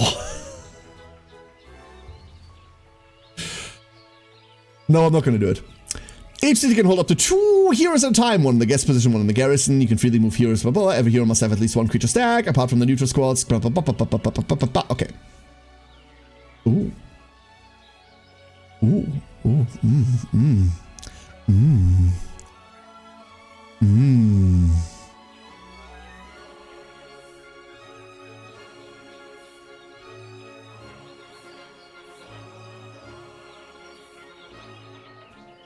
I didn't expect the chanting.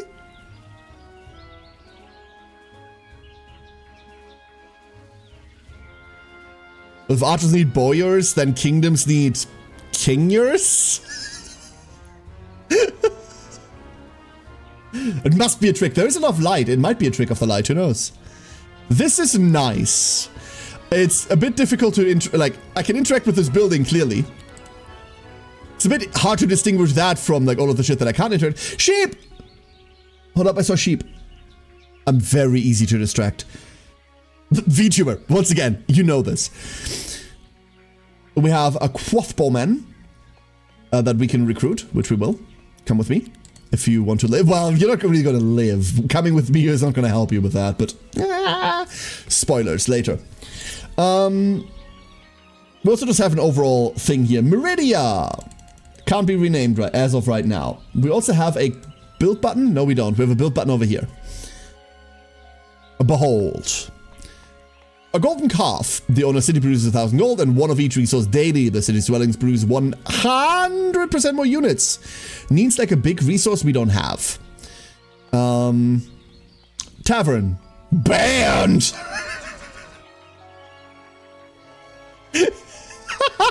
Heroes of Might and Magic Prohibition's going hard, dude. I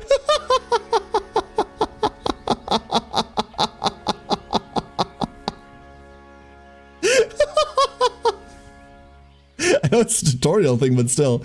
Solar Temple, so that's our main building. Solar Temple, 1,500 gold and 2,000 lore points daily. Yo, I'm not equipped to handle 2,000 lore points. That's insane. Guild of 6 wins. A selected hero to spend a day learning. They're unavailable until tomorrow and receive a bonus to an attribute of their choice. Cool. Scouting Skyship. Removes the fog of war within 20. We're building that.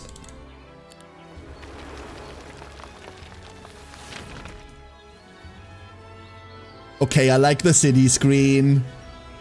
I like the city screen. Alright. Okay. Let's see what the rest is. Muse!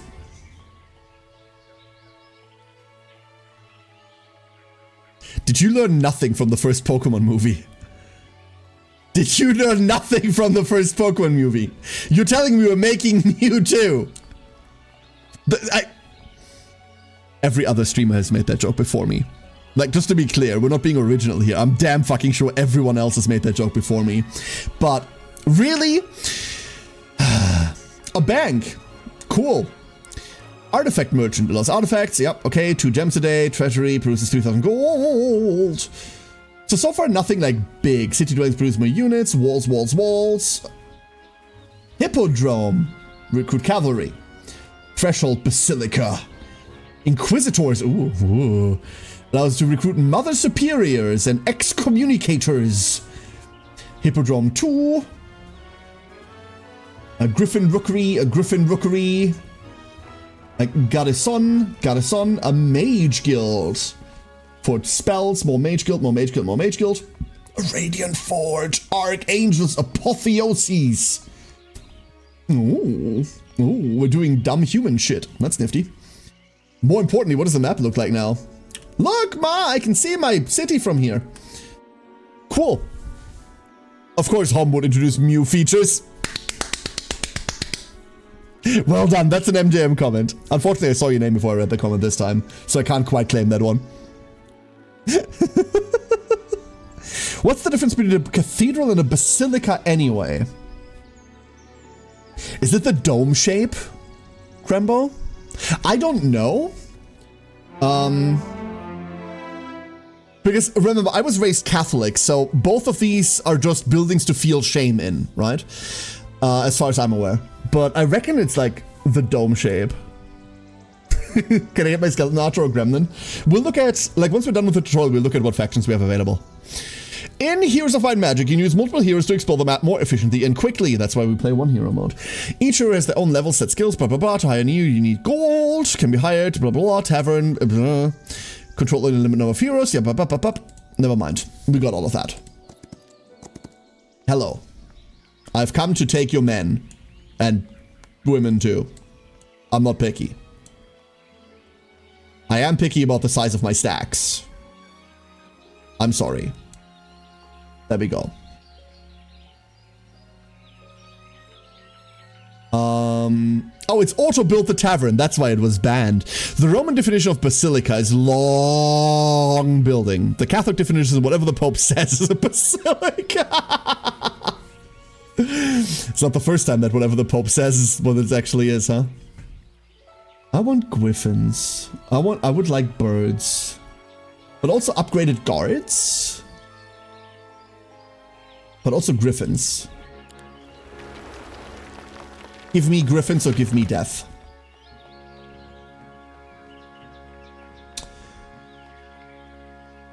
Can we make our priestesses wear clothes? Is that possible?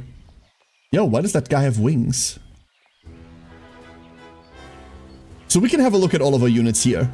Sick. What do we have? Fine bolts. 20% range damage duration 2 rounds does not end the turn. Ability tier 3. A Beard, magic, melee, flying, alert, counterattacks twice per round. And Valiant Cry. Attacks increased by 5, initiative by 1. Caw! Exclamation mark.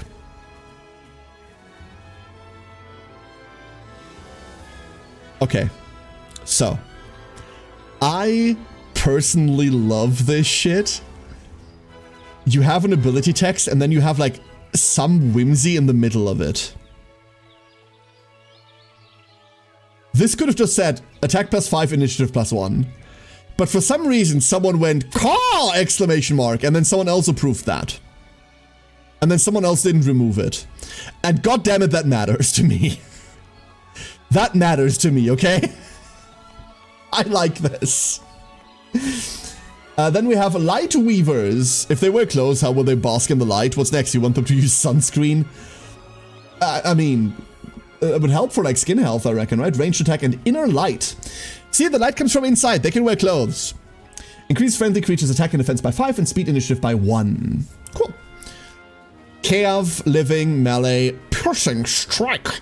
Inspiring, increases friendly creatures morale by 1. And jousting bonus, moving before an attack does more damage. Standard. Inquisitor. Oh, we can switch. Oh, never mind. We'll look at that once we actually get upgrades. Unyielding, ignore 20% of the enemy's attack when struck. Ooh. Infuse armor, increases creature's defense by 5 and speed by 1, and also dispels any negative effects that restrict movement. Oh, with zealots. I mean, they're called inquisitors, right? Hits the target and all adjacent enemies. Ooh, cleaving. Nice. And last but not least, we've got angles. Embodiment, a spirit, soul, or other intangible power that coalesced into material form. Fallen embodiments do not count towards the power of necromancy. Oh, no raised angels. Ranged attack? Ranged attack? On angles? Okay, sure. Flying, forging perfection. Whenever a positive effect is applied to a friendly creature, it is also applied to this creature. Ah. The effect's duration and power are copied. If the effect targets multiple stacks, it is applied to this creature only once. Ah. Ah. Well. Having your big guy get auto-buffed if you buff little guys is kind of sick, right? That's nifty. I like that effect a lot. Buff Magnet is just a cool ability. Refract and Reflect. Applies a copy of all positive effects currently on this creature to a friend. Oh. Oh, I see. Oh, I see how this is supposed to go. Fucking cool. Very, very cool. I like it. And we can't pay for this because we've already done a thing. I believe the game wants us to recruit a hero. You're the Griffin. Where did we put the drunkards? Wait, I thought it had built the tavern. Am I stupid? Oh, the tavern was buildable. I didn't actually build it. Never mind. Don't worry about it. So what do we have around Leah, the untethered one? Oh, that's my... Oh, there she is. Never mind. This is Leah. Say hi, Leah, chat. Dragon Utopia. I guess Leah's going that way. A windmill! Gives first visiting hero a small amount of random resources. Doop, doop, doop, doop, doop, doop. And now, onto battle. Leah has a pointy hat. In other words, Leah is going to be casting them spells. Bird. We have...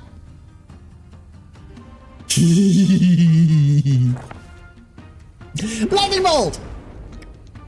I'm happy now. We're just chilling here, right? Let them come to us. We have archers. Hi, Leah. Bye, Leah. Leah! Hi! Hi, Leah! Go forth and... Oh, no, wait. That's not our movement. What am I doing? Hoya! Bird. Hiya! And thus we waited.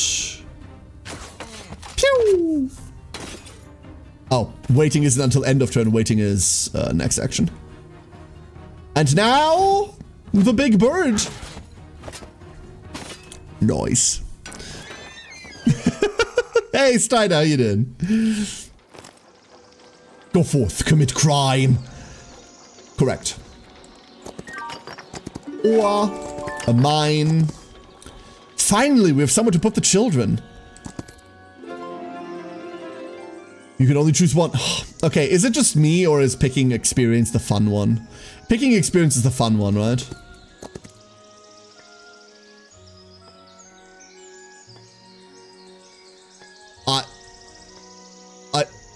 Okay.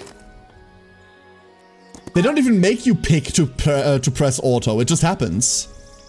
Hi, Leah. Bye. Hi, Leah. Wait. Why? Bye. Crossy Code is such a good game, dude. While exploring the world, the hero can find equipment. 1 main hand, 1 offhand, head artifact, armor, belt, pair boots, back artifact, 2 rings, 4 items, holy relic. I need a game to give me 2 boots, but they're separate boots. You only ever find 1 of them. Also, when do we get games that finally invent socks as a wearable item? Artifacts come in 4 rarities, common, rare, epic, legendary. Part of a set, equipping, ooh, set items. Many artifacts are part of sets. Okay. Can be improved. Oh, wait, what? Artifacts from sets can be improved. This requires a chemical dust and the upgrade is performed directly in the hero's inventory. Funky?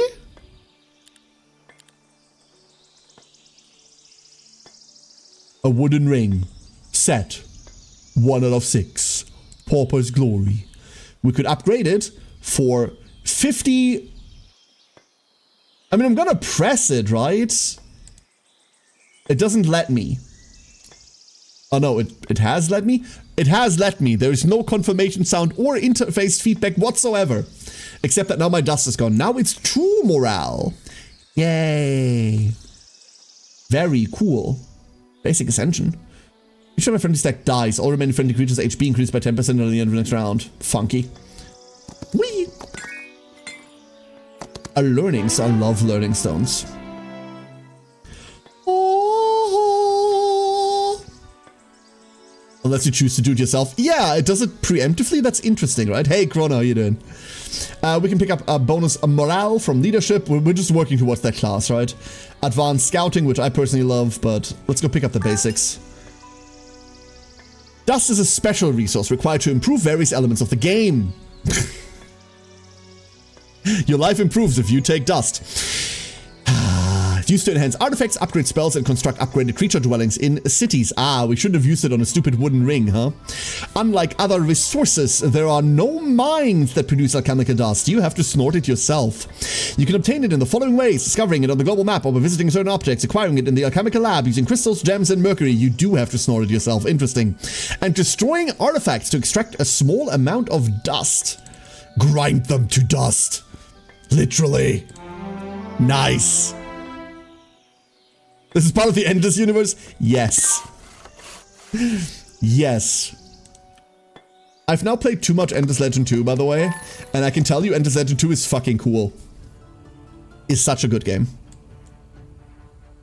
The boys?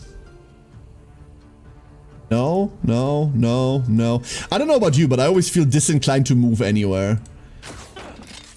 Like, why would I meet them earlier if I can just sit here and wait and like shoot them? Is that like controversial?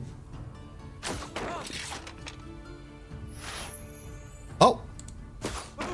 High morals? Nice. We're just a better person than them? Uh-huh. I can't see what they're gonna strike me for, right? But we have 25 HP. Each creature, blah, blah, blah. We've got 25 HP. They hit for 2 to 3 per idiot. So even on max damage, they can't kill me. Very cool. Good morning, Aura. Ah, 6. Pathetic. We're defensive players. We have a ranged unit. That's what it is, right? Do the same thing? Okay, okay. Would you play as the Last Lords care? Absolutely, we played as the Last Lords on stream, Chrono. I really, really like Last Lords. I don't really like Broken Lords on EL1, but Last Lords EL2 I really vibed with. I liked it a lot. You've completed the first intermediate task and captured all the nearby mines. Now build up the city, strengthen the army, and play at your own pace. When you're ready, move on along the road to the main goal.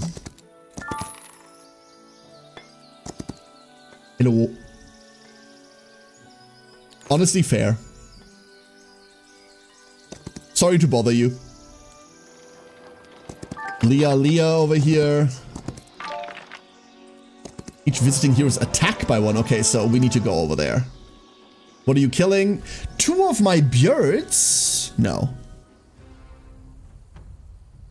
Move my zombies a little? Yeah, you have to. I'm not letting you kill 2 of my birds. Lightning bolt. I mean, you are gonna kill 2 of my birds simply because you have archers, and that sucks, but, you know.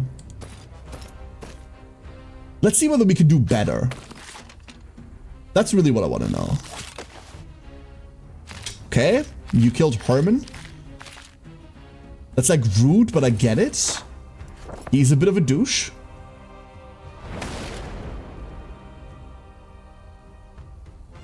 I mean, we can't attack that, so why is it telling me that I can?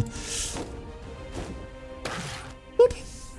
Sleeper went to bed at 7 AM and woke up at 1 PM, and it definitely wasn't because I'm hyperfixated on No Man's Sky. No Man's Sky, you say? Has there been another new update? The answer is obviously yes, but... Oh! Interesting. Fireball! No sound on that fireball. No sound on that fireball. Okay, we lost 1 bird. That's a shame, but... Is that a fish?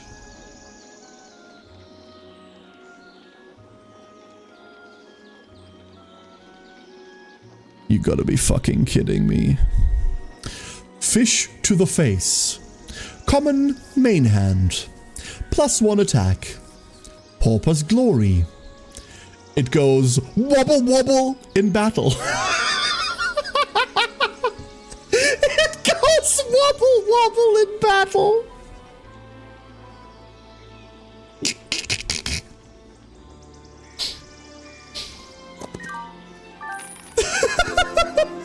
Shit, that's all you needed to say, dude. That's all you needed to say. It goes wobble wobble in battle.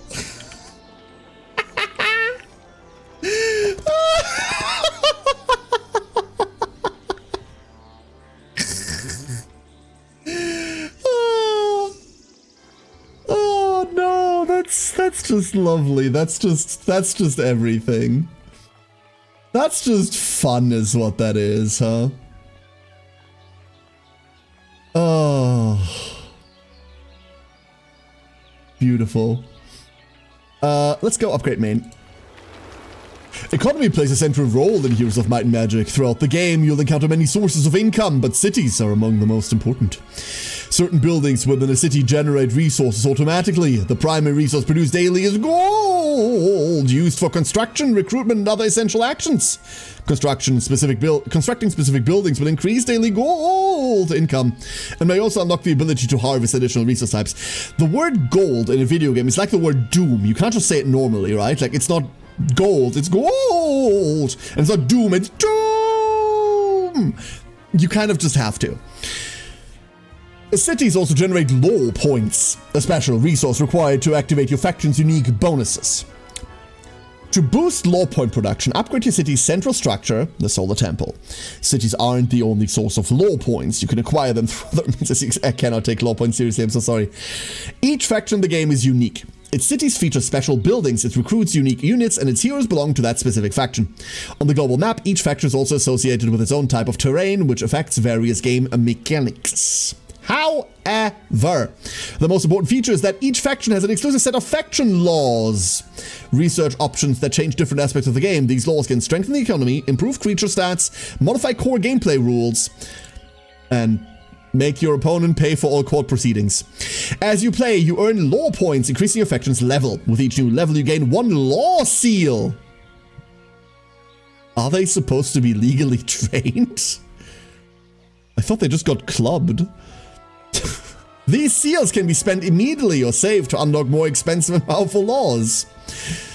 To unlock high-level laws, you must first invest seals in some basic ones. Some laws require multiple seals. I can't, dude. Imagine if Seehund and Siegel were the same word in German. Like, I just can't, dude. Why are seals named seals, by the way? Someone figure that one out for me. Oh no, some laws have multiple levels. This is hysterical to me. I know this is very bottom level humor, but to me, funny as fuck. Okay, we have Tax Collector, produces gold. Training, scouting, site raiders over here. Resource riches. A one-time bonus of 2,500 gold, 5 ore, 5 wood. Dude, I wish I declared I need money. I declare it! Swordsman growth in your city increased by 4. Okay, so this is like army unit growth. Initiative, friendly creatures counterattacks. Okay.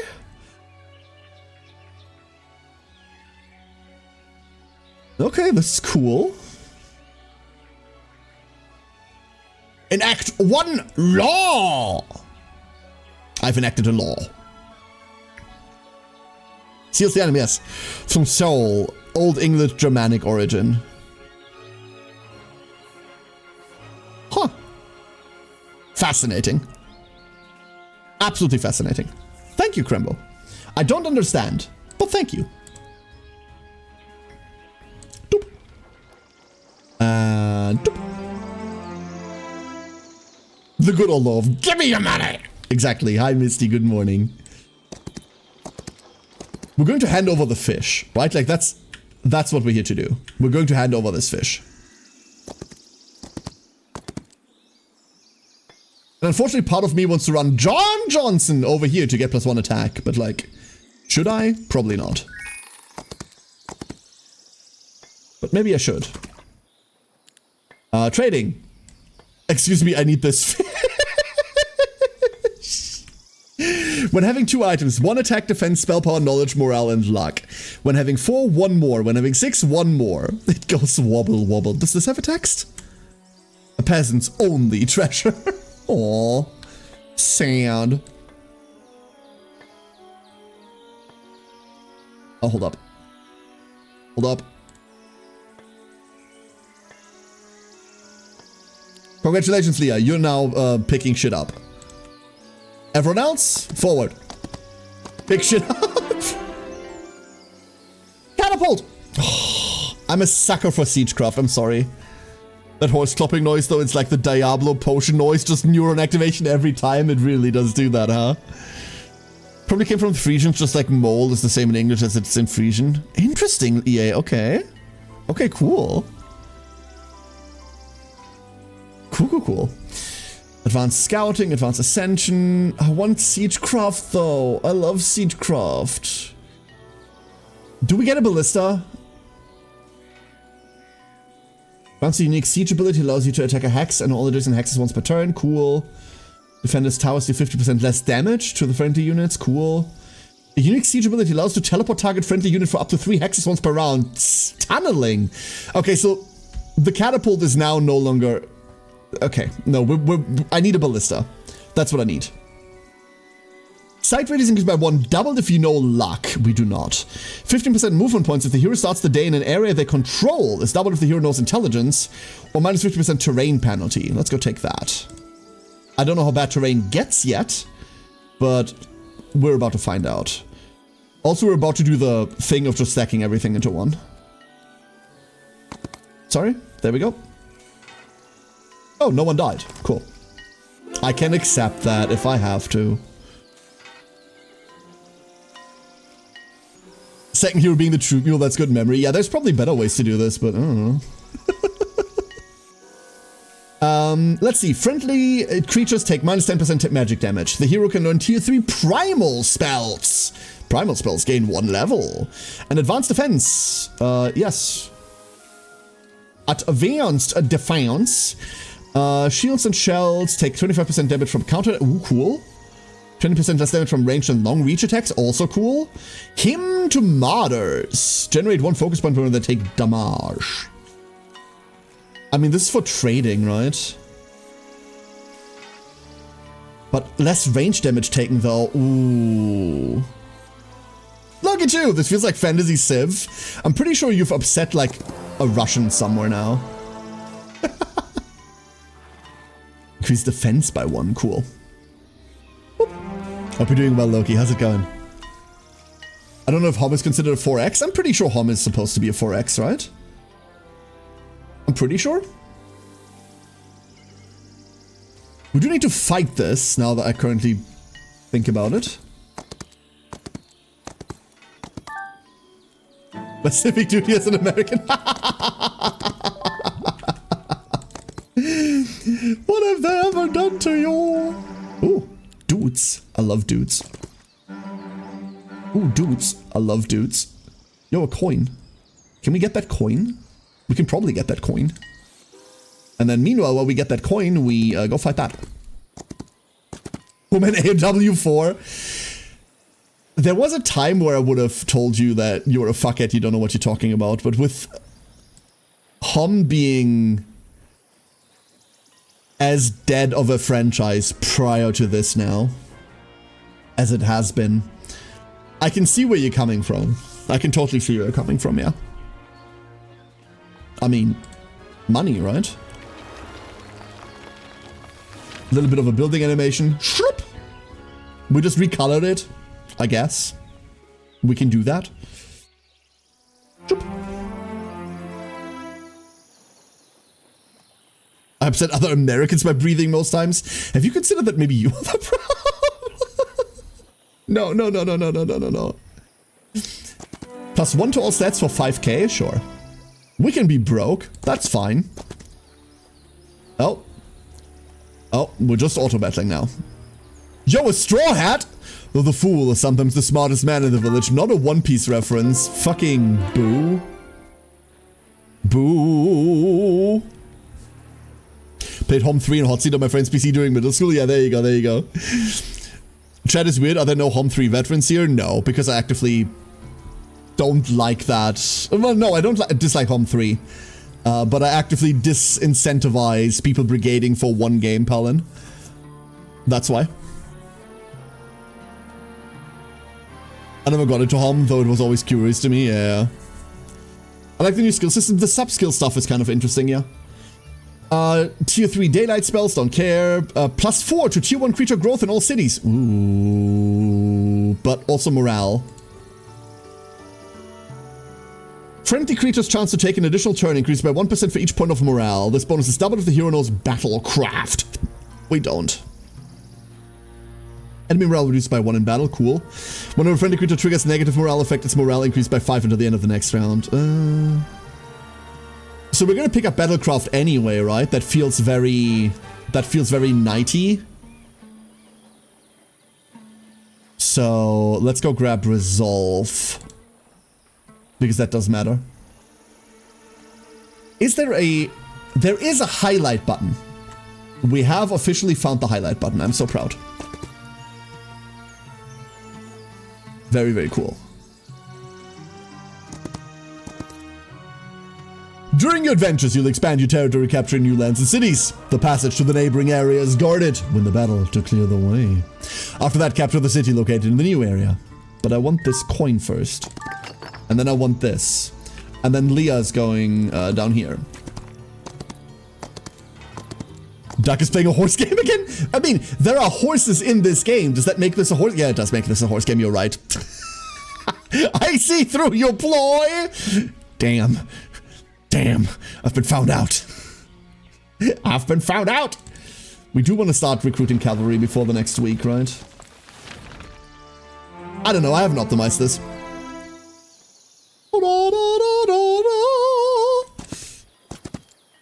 Hello. I would like all your dudes, please. Thank you for all your dudes. That's very kind. We should have grabbed the +1 attack, right? Let's pick us to the first visit here. So this is already visited. Is there a way to... We never picked up that ore storage. I wonder whether there's a visual way to distinguish whether this has already been picked up or not for the week. I don't currently see that. I will have to wait for a new week to figure that out. You forgot the coin? Fuck, and you're right. You're absolutely correct. Oops. Inquisitores. Let's go get Inquisitores.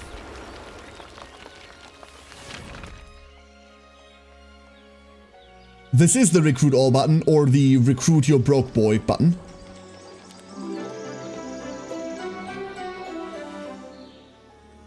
Oh, that's the new week jingle. Okay, we have a new week jingle. And I should have... I'm mildly scatterbrained. I wonder how dungeon units are in this game, because I remember in HoMM 5 they were basically the Leather King faction. What do you mean? My not witch elves. I'm not going to tell you which faction I religiously played in 5, but... you know, we're broke. After this tutorial, we're going to look at all the factions. That's what we're going to do. So there is no way to distinguish this, huh? That's a bit of a shame. To battle. Or not to battle, that is the question. Okay. Fine. Have it your way. I mean, I shouldn't be taking the experience, I should be taking the gold now, especially because we are fucking broke. But, also, I like XP. A lot. Can't afford to build anything anyway. I want an option to auto-accept lossless results. That would be convenient, but also I would feel like it would take the wheel away from me a little bit. I don't like me clicking something in the game immediately like doing something without any feedback. You know what I mean? There are also guards inside some of the objects on the map. Be ready to fight if you want to get the reward hidden inside. Ooh. Da, da, da. Ooh, these are like upgraded dudes. Let's go. Ah. Okay. Okay. Never mind. Never mind.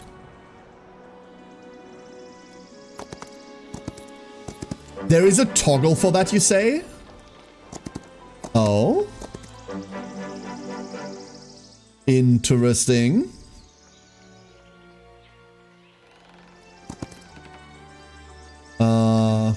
We'll mess with that whenever. If we look at settings... Auto exit results window if no losses. Let's turn this on and see how it feels. I have a feeling it would annoy me mildly, but let's give this a try. You can also use spells in auto-resolve, which is probably making your auto-resolves better, and you're just trading in like less control for it, right? No. Basic intelligence, we don't have that. Basic recruitment, expert scouting. Shows the exact army composition of any enemy within 30 squares of the hero. I love that. Remove fog of war within 20 squares of the hero every morning. Cool. Army stacks, please.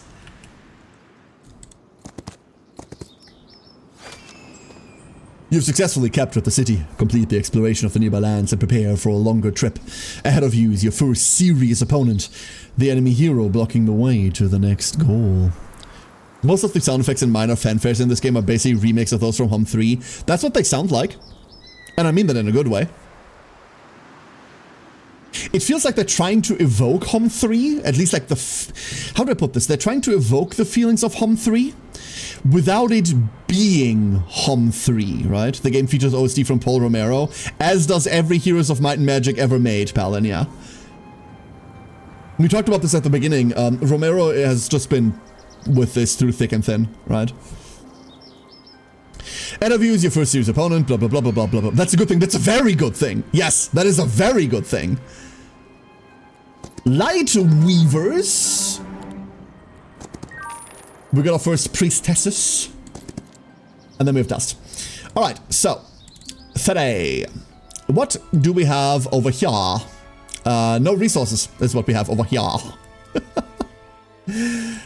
We need money. It is all just money that we don't have. That's good. That's a good problem to have, right? That means we're developing economy at cap. And then this we just flat out can't get to. It's just there to be pretty. I can't relate. Is there anything else that we need to touch? Oh, we haven't touched this. They're heavily leaning on HoMM 3 here. Yeah, absolutely. Absolutely. But I don't know how to really phrase this. It doesn't play like HoMM 3 so far. In terms of how a Might and Magic plays to another Might and Magic, right? Like, there's obviously differences between them, but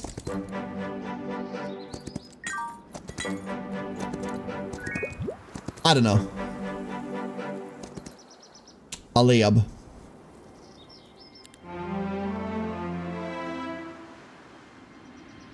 Okay, now we have income, right? That works too.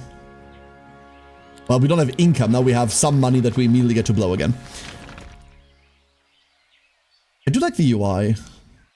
In general, I like what they did with the UI.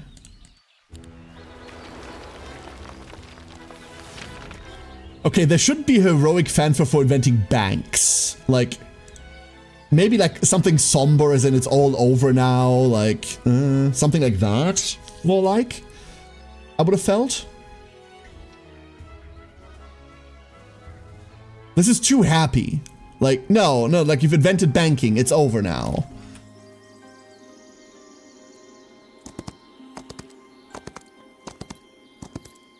You're debt trading? Great. Fantastic. Upgrade creatures. Wait, why are these upgraded? Oh no, that's not upgraded. That's the other guys. Okay. We can ferry all of this over in a second. For now.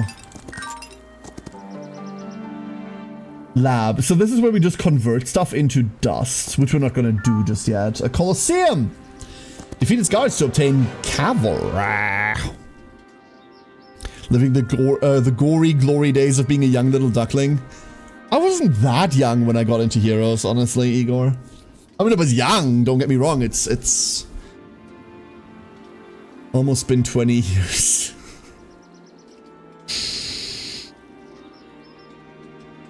No, it's almost been 20 years. No. Fuck. You may encounter portals. Portals are connected to portals. Very cool. Attack. That's okay. Now we got 8 calf. And we're still broke. We're waiting for a new week and then Leah's gonna trance up here. That's actually 94. I mean, I'm close, yeah. Like, I'm not that far off. Dramatic. You're more peasant armor? Hold up. We have successfully acquired Rags. Spell power. Don't judge what makes others feel empowered. 5 out of... The fish to the face, dude. It's the fucking fish to the face. It goes wobble wobble. How can you not love that? Do we see the last item on the map somewhere? It's over there, isn't it? Rope belt. A common belt. Not diamond studded or anything. It's just a common belt. Hold up. Let's go build something.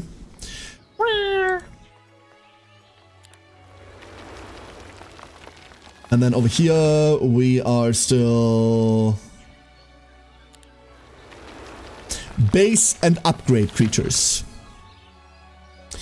When certain conditions are met, your creatures can be transformed into upgraded versions. Each faction unit has 2 distinct upgrade paths, offering flexibility in how you build your army. Upgraded creatures come with improved stats and new abilities. Each upgrade path provides a new role or playstyle, allowing you to tailor your forces to suit your strategy. You don't seem to be locking into one, huh? Either use the upgrade creature button or double click a specific stack icon to open its details window. You can only upgrade creatures in a city that has the corresponding upgrade dwelling. There may be alternative upgrade methods such as special objects on the map. Ooh. Ooh. So, upgrade. And we have the Austringer or the Marksman. And I wish I could see the stats at the same time. Like, why are you doing this? This one has 1 more attack. This is awful. This sucks. Also more initiative. Living, range, double shot. That's why. Fine bolts and view from heavens. Increase the hero's sight radius by 1 while this creature's in the army. This oh, because Björd.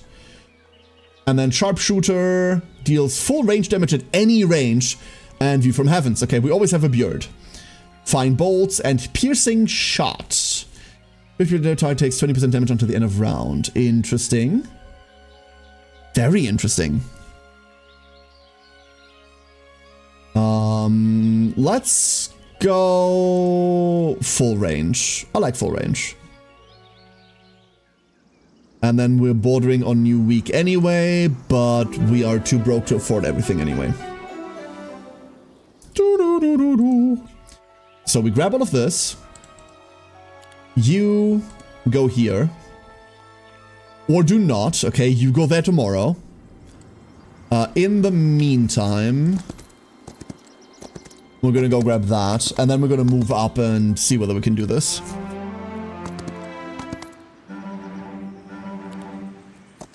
Oh, being broke sucks.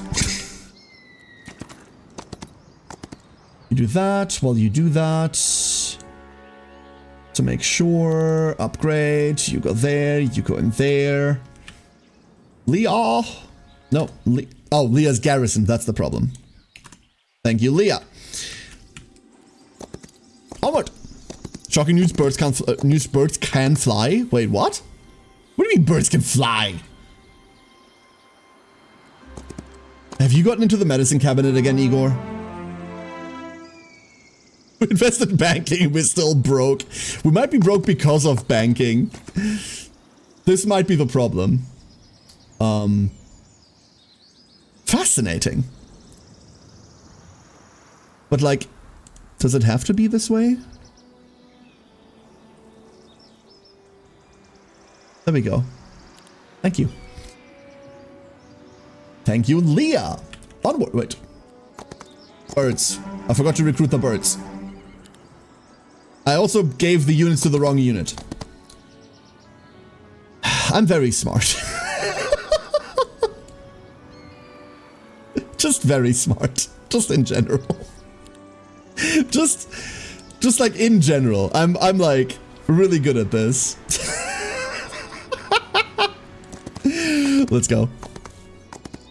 The poor old fella's using a personal short Uber for transport instead. Yeah, I mean, yes, of course. Like, I have to. No, no. It's way cozier than that. Imagine having to like flap my wings to get somewhere.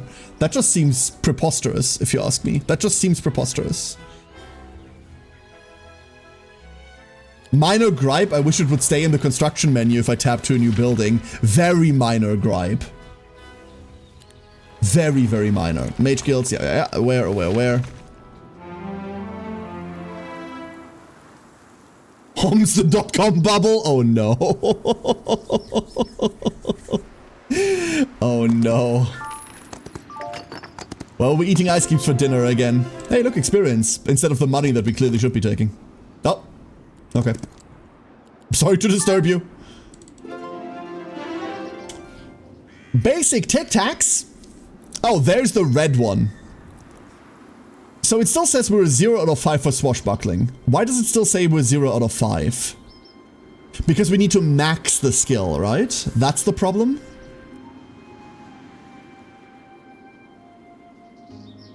But I really, really like basic Tic Tacs. Onkos. In addition to moving around the map and visiting interactive objects, your hero can encounter an enemy hero. When this happens, a battle will occur.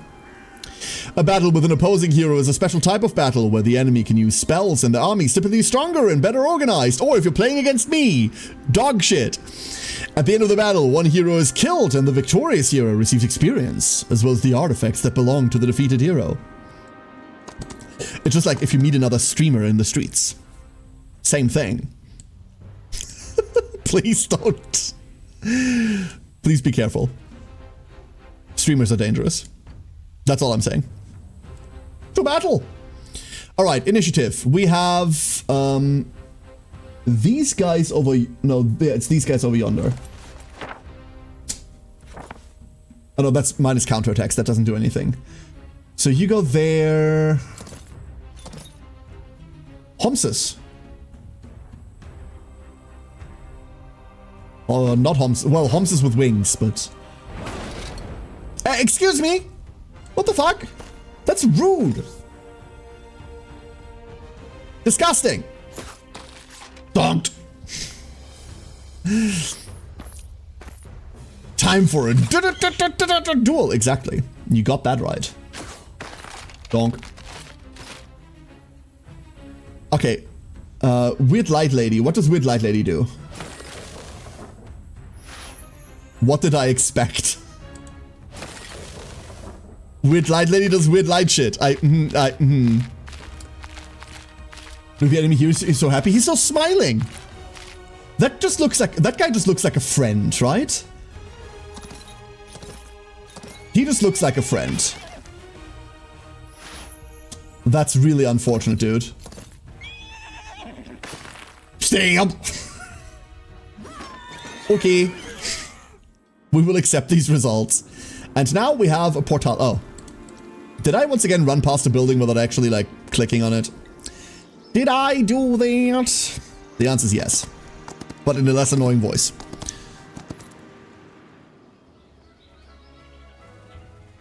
Button. Hold up. Slurp. I do find it mildly irritating that I can't really check on, like, which building has been claimed and which hasn't. There has to be a better way to represent that visually, right? In front of you is an abandoned outpost, a special object that will become a new city under your control upon capture. Defeat the enemy guarding it to gain control of the outpost. After that, prepare for the final battle. Ahead of you is an enemy hero defending the Necromancer city. Okay, I have a dumb question. Are convoys back? Can I have convoys? I really want convoys. Oh, pick one upgrade. Ooh. Ooh, okay. Defensive walls are a vital part of your city's infrastructure. Upgrading the walls not only strengthens your city's defense skill, blah, blah, blah, blah, blah. Yeah, it's about creature growth. That's why we built them. Walls, walls, walls.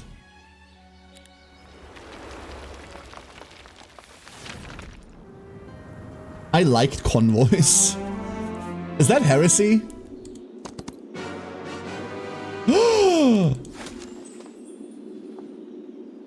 Oh, never mind. That's what I mean, like no feedback there. So it's you. You come pre-built with...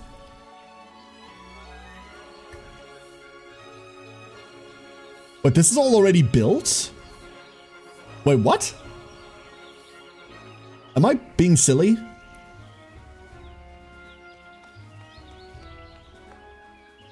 Hold up. No, it clearly has a bank. Like, it clearly has stuff. What? I suppose? I fucking guess. Oh, we can't upgrade it. No, we can't. Because we're broke. But it's only because we're broke, not because we... So tempted to... No, okay. Okay. Everything's fine. Everything's fine. Forward! Let them? Sure. That way they don't shoot me at least. Experience. That's not clickable. Oh well. What do we have here? Pandora's box. Did you know it was actually a large jar, not a box? Yes. Did you know that knowledge changes nothing? About how bad opening that was. Like, what could possibly go wrong?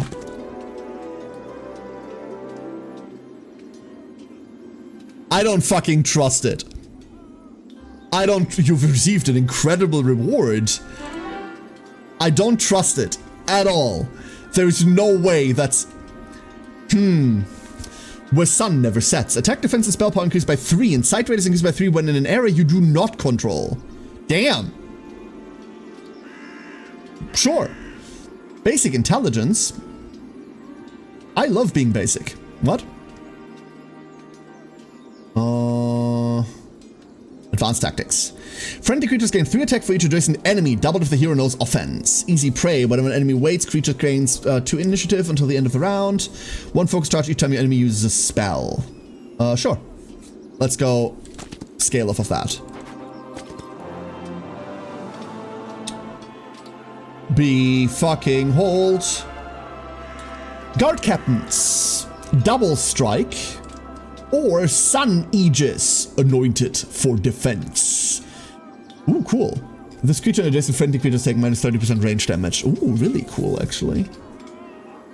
I would like to upgrade these, please. I upgraded them into the wrong thing. You can just change it. Hierophants, range attack, inner light, holy ablution. Dispels all negative effects from all friendly creatures and fully restores the HP. All creatures. Or exaltation. Target friendly creatures is maximum damage. Okay. Birds. Temple Griffin. Alert has endless counterattacks. And Valiant Cry. Or Alert 1 and Loyal Protector. Counterattacks each time an adjacent enemy attacks a friendly creature. Ooh, cool. But I like them as like weird funky little shock troops, and also they're golden and I like that. Double strike or Aegis. Let's go Aegis. I do like that you can just do this. This is nice.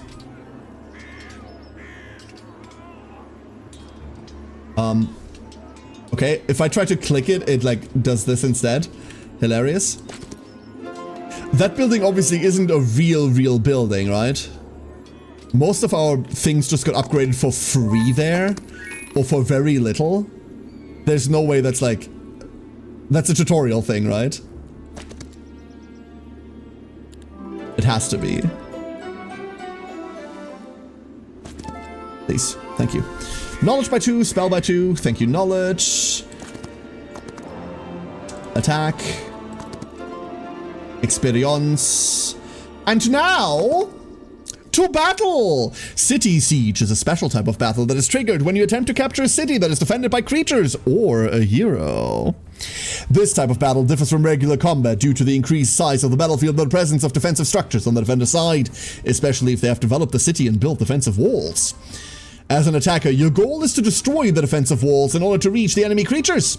A catapult can be used to destroy defensive structures. As a defender, your task is to repel the enemy's attack, either by forcing them to flee or to face defeat. A variety of defensive structures such as walls, towers, moats, and more will aid you in your defense. Wobbly wall design. I love wobbly wall design. Wait, you do damage at full range, so you can just like chill there. And you're waddling behind that guy. All right. We have no towers. And we can't do shit. We do, however, have magic.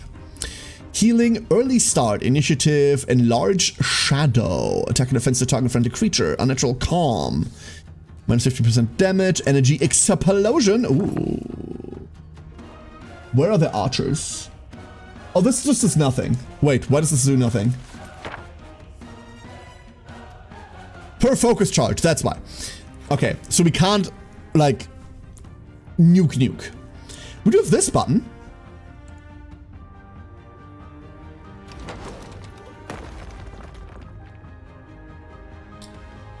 I can't see how much health it has, or like how broken it is, or how much I need to get in. I also can't seem to attack it.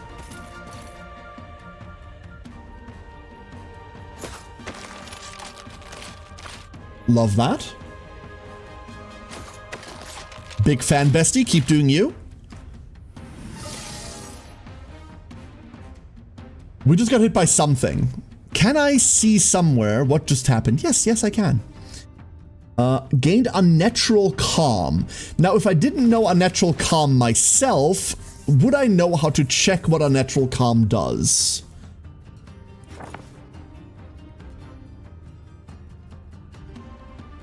Because everyone has it right now, right? But there's no way that I can check.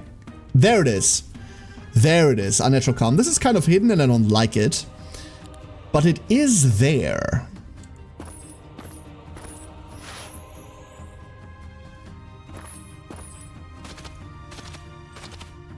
The doors! They're wide open. Oh. Never feels good to punch a dog in a video game, right? It doesn't matter what that dog is. It just never feels like something that I want to do. Bird, bird, bird. Bird. And now we can't go through, so have a nice turn. Later. Also have a nice turn later. I blocked myself. That's okay, we have archers for a reason. Hey, Taco! It's going well, it's going well. They may be the thing. No, don't punch dogs in general, not because they may be the thing, but because they're dogs. Like, be nice to pets. Congratulations on completing the basic tutorial! Woo! You did it! You can replay any mission on the map at any time to refresh your knowledge of the game mechanics. Okay, cool. So the basic shit's done, and now there's like these advanced marketplace. I don't need to know how to use the marketplace, I know. Flee or surrender, I don't need to be taught that. Global map is divided into areas, I don't need to be taught that. Combat tactics to minimize losses, thanks. Win battles relying solely on your hero spells, I'm aware. Learn what affects the weekly creature growth in your cities, that I should probably check at one point. Mechanics of terrain penalty, okay.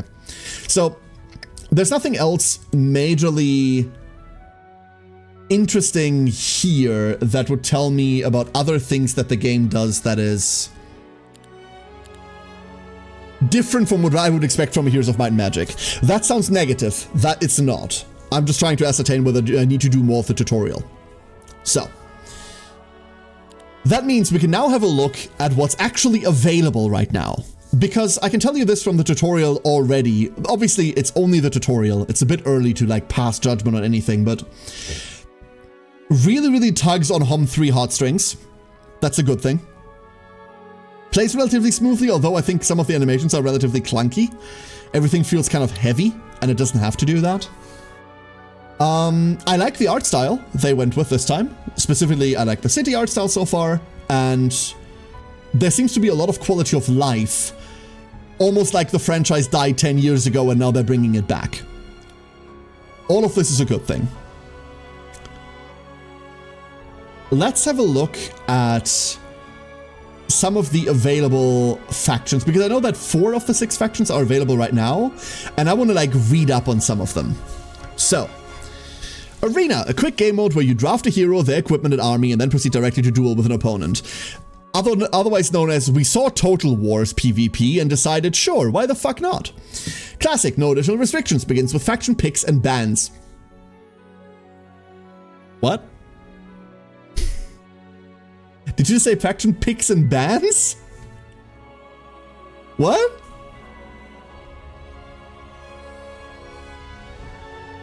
What?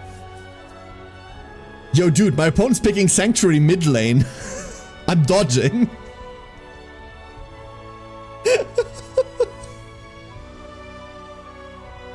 What? Single hero, similar to classic mode, but each player controls only one hero. Yes! Yes. That's what I'm going to be playing. Not because it's better, but because I'm fucking biased. Let's look at classic. We have random map template, fair and square, Jeebus Cross, and Shamrock. Obviously, we picked the 4-player one because I want to. And here is what we have available for our factions. Maybe looking at Arena would be better to like see what actual units do. So the 4 factions that we're going to be starting with are Temple, which we just got a look at in tutorial. Necropolis, ruled by necromancers and vampires. Both of those are the same thing. Shadow Spire's undead rise after each battle and often sap strength from their foes with every strike. We're gonna go into the arena mode in a second to look at units proper. We've got Schism, a splinter faction of Alvar. This group has delved into the depths of water through ancient Vori rites. They possess the power to deny their opponent's abilities and magic, while summoning ever-growing hordes of monstrous creatures to overwhelm their foe. Found my faction. Duck hates hero chains? Yes. Dungeon, formerly underground, currently backstage, rulers of the Dame. I needed the sentence to end there. Formerly underground, currently backstage. The faction whose capital is Alva focuses on subterfuge and versatility. Each of the units has 2 types of attacks. I already see Drow. So I know that demons aren't in yet, but you can see them on the store page, right? Okay, down with the tentacles. There was a sentence earlier in the stream that I abandoned halfway through, and I think I'm bringing it back. I can excuse a lot of things if you put sexy snake ladies into it. There, fuck it, I'm just committing to it now. There are demons, there are hell bugs. We're not talking about Stormgate. So if we look at Arena, we should have a pretty quick take on what type of units are available and what the units do, right? Or not. We have... Is this randomized? Hold up, what? No, like, I get that. Hold up. Is it giving me, like, randomized options? You know what? Reasonable? Thank you. It's a draft. Ah. Okay, so this is not what I thought it was. Hey, look, speaking of sexy snake, well, less sexy, you know, anyway. I was hoping I would be able to... We're just gonna do random things real quick. What I want to look at... Ooh, it just does this, huh? This is an interesting mode. Don't take me disregarding it right now as a sign of this not being interesting. But that's not what I want to look for at the moment. That's what I wanted. I wanted a brief look at all of the units. Unfortunately, Archangel. Black Dragons. Wait, what the fuck? Wait, what? Oh, we're not even faction drafting. Okay, cool. Never mind. So we have to do this then. Oh. Oh. That's a lot of heroes. Okay, so what's the difference between all the heroes? We obviously have our 2 different kinds, and then 10% movement points plus 2.5% more for every 6 hero levels. Move significantly more efficiently on roads. Deals 10% by damage to spells, 1% more for every 2 hero levels. Damage from the enemy hero's spells reduced by the same value. Wait, these all have different meaningful passives. Oh! Oh, fuck! Listen, hear me out. Hear me out, okay?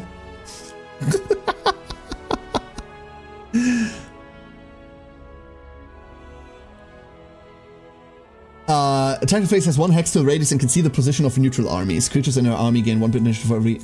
Interesting. Ganhei. Cultist growth in your cities increased by 1. Under his command, cultists gain 1 speed, 1 initiative, and 20% HP. The attack and defense increased by 1 for every 3 levels, and enemy cultists lose an equal amount of attack and defense. Okay. Agashoth's riders growth in your city increased by 1. Okay, rider buffs. Iron Maester. Concubine growth in your city increases by 1. Okay. Ah, I see who you mean by tentacle jinx. It's this one, right? Waka. Oh, Waka? Receive 1 level to all primal spells, plus 1 more for every 10 hero levels, and can use it in battle without limits. Why are you a spellcaster but a martial hero? Huh? What? Why? What does pressing Alt do? There. You're missing half your face, lady.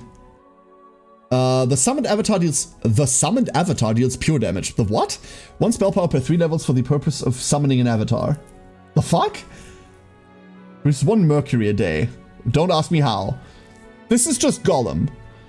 Creatures in his army deal 10% basic attack damage plus 1% for every 2. Okay, cool, but now you're a spellcaster hero. These are so weird. Creatures in the army take 10% less basic attack damage. Cool. Turtle? Rashoth's growth in your cities increased by 1. Hot? Grand Shoth growth in your city increased by 1. Tolkien? Heroic strike is 40 damage, but you're a no terrain penalty, but also has no face, but too many eyes. Plus 1 sight radius. Yeah, I mean, duh. You'd have to. Plus 1 more for every 5 hero levels. Interesting. Incredibly interesting. That's just Gallywix. Starts with the Masterful Carapace spell. Creatures with this version of Carapace are immune to negative and dispel effects. Funky. Sister Kairi. Masterful Umbral Grip. Deals plus 100% damage while casting a spell. Effective spell power is increased by 1 for every 3. And Duvri. Duvri. Plus 1 communion level after victory. I don't know what that is and or does. There is no easy way to just like look at all the units, is there? Like there really isn't? Oh. Damn. Does that umlaut belong there? Are they sure? Duvri! It does now. It does now. Ah, oh, damn. I really wanted to like have a proper look at this. There's Dungeon, Snake Lady, Minotaurs, Clowns, title screen. Keeps the army when fleeing battle with neutral squads. Adorable. A skink? Like a really fucked up skink? Wood? Looks really sane. Unit view for all factions, please. Yeah, like just like a unit view. I mean, it doesn't matter. Like normally you wouldn't need a unit viewer if you were just going in, right? But unfortunately, I don't have the time for that today. So what I want to do... Oh, there he is. You're not being clever. That's just Eratus. I know you rearranged the ladders. I know you rearranged the fucking letters, but that's... I've played Eratus. I've played it. Oh, that's difficulty. Okay. Marl? Marl's a wonderful name for whatever this creature is. He's trustworthy. You can't tell me otherwise. Who's that supposed to be? The other game that this developer has made is called Eratus, Lord of the Dead. It's a Darkest Dungeon 1-like Necromancer simulator. And it's decent. It's decent. It didn't shake the ground, but it's decent. And this is that titular character. They just rearranged the letters. It's just an anagram for Eratus.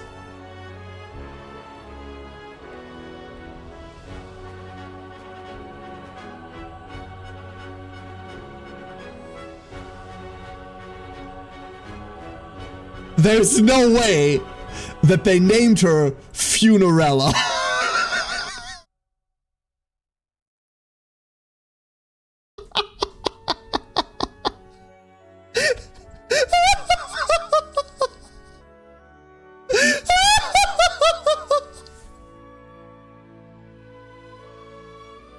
What is this Addams Family-esque naming scheme? Don't you think that's a little bit too on the nose?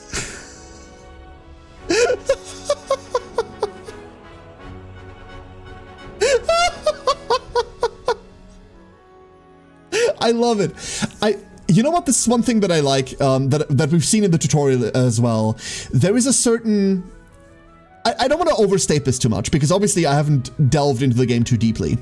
But from initial touch, there is a certain sense of levity and whimsy to the game, right? Whether that be like the errant car in the one fucking description, whether that be this necromancer chick being named Funerella, for fuck's sake. There's a certain sense of... in there. You know what I mean? Like a... And that's something that Hero 7 definitely lacked, and Hero 6 was also already losing. Fish goes wobble, wobble in battle! Exactly. It's something that I've missed from the franchise. It's something I've really missed from the franchise. It's something that hasn't been there. A certain je ne sais quoi. Yeah, but I don't speak demonic. I've missed this a lot, and I want to say that a lot of the early heroes, like, benefited from that levity, right? This is just Skeletor, yeah, you're right. His name is Ethric, which makes sense. Liches grow in your city, increased by 2. There are your liches, Affit. There are your liches. Liches eating lichies. And I like that seems to be back. People who actually played D&D and had fun. I mean, I still think that actually playing D&D is the worst way to interact with that hobby, but sure. It's that sentiment, Palin. It's exactly that sentiment. Do you remember? Some of you old heads might remember this. Do you remember when being a nerd went from being the guy or the person that was picked on to being socially acceptable?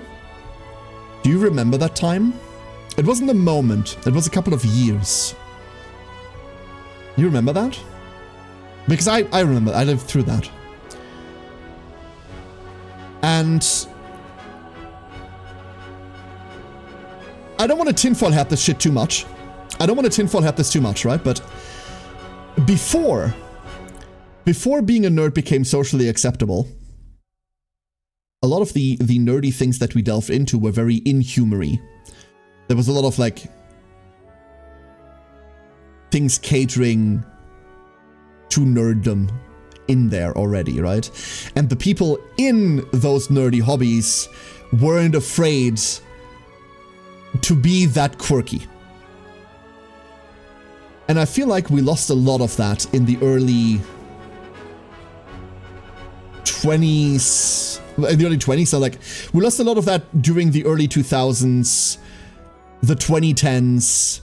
We lost a lot of that. As more of, like, nerddom became socially acceptable and got integrated into mainstream more and more, and we got more people to share the things that we love with, a lot of this, like, openly being nerdy while being acceptable kind of got rolled back on the product side of things. Games tried to be more serious and less quirky and stupid, right? Like, everything took itself more seriously. Look at Command & Conquer, for example. Look at the difference between the early Command & Conquers and, like, the quirky dumb fuck humor in that, and, like, I don't want to say contemporary ones, but later ones, right? Dungeons & Dragons is like that too. And Heroes, as a franchise, didn't make that transition. Because they did exactly the same thing. They did... They started taking themselves more and more seriously, and then 6 and 7 sucked ass because of it. At least Red Alert never stopped being ridiculous, exactly. CNC Generals was hilarious, was it though? There's an image out there, it's Super Mario Bros. With a repeating quote over the years, then, well, in particular, you changed the line. What was the line, Brim? I'm unfamiliar with that image. But does that make sense to everyone? Like, am I just... I hope I'm not being insane here. Balthazar, how you doing? Hey.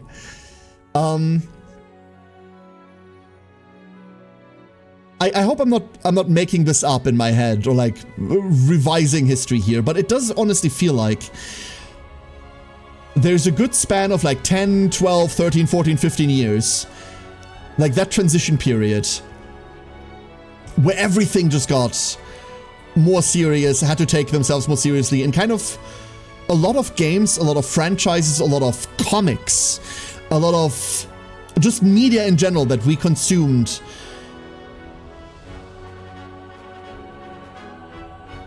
felt like it was afraid to be itself. Being afraid of being campy, right?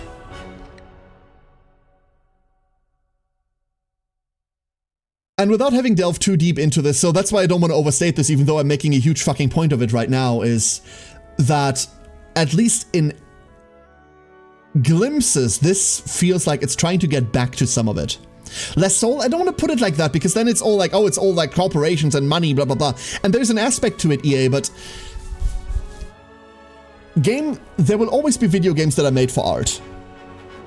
No matter how capitalistic we get, no matter how big corporations fuck up their AAA titles, there will always be video games that are made because art. Right? So, I don't want to say that.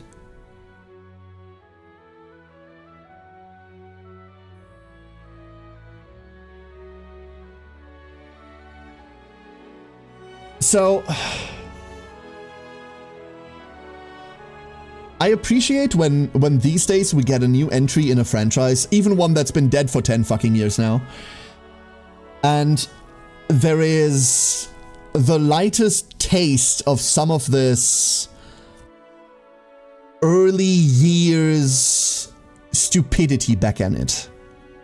Because once again, that one tooltip could have just not had a car in it randomly. And it's not something they do in every tooltip. It's not like every tooltip now has something quirky in it so it feels forced. No, the fucking bird tooltip just has car written in it. The fish goes wobble wobble in combat. I feel like I'm overstating it too much. I feel like this isn't as big of a deal as I'm currently feeling it is. But that matters to me. It just matters to me. So I'm glad that her name is Funerella. All of this to say, I'm glad that her name is fucking Funerella, dude. I'm glad we're putting the fun back in Funerella. And I hope that made sense.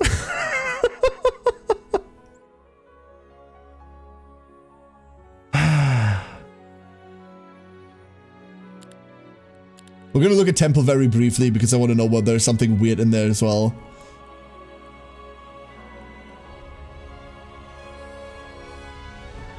I mean, we have pigeon people.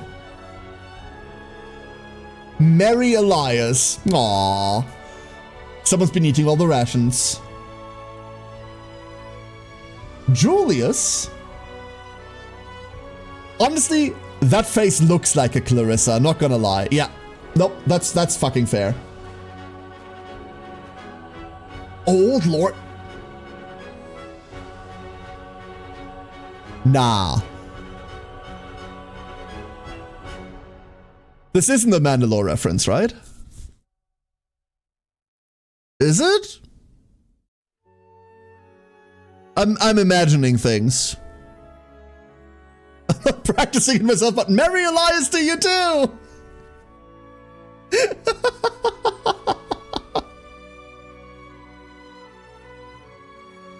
Is this a fucking Mandalore reference?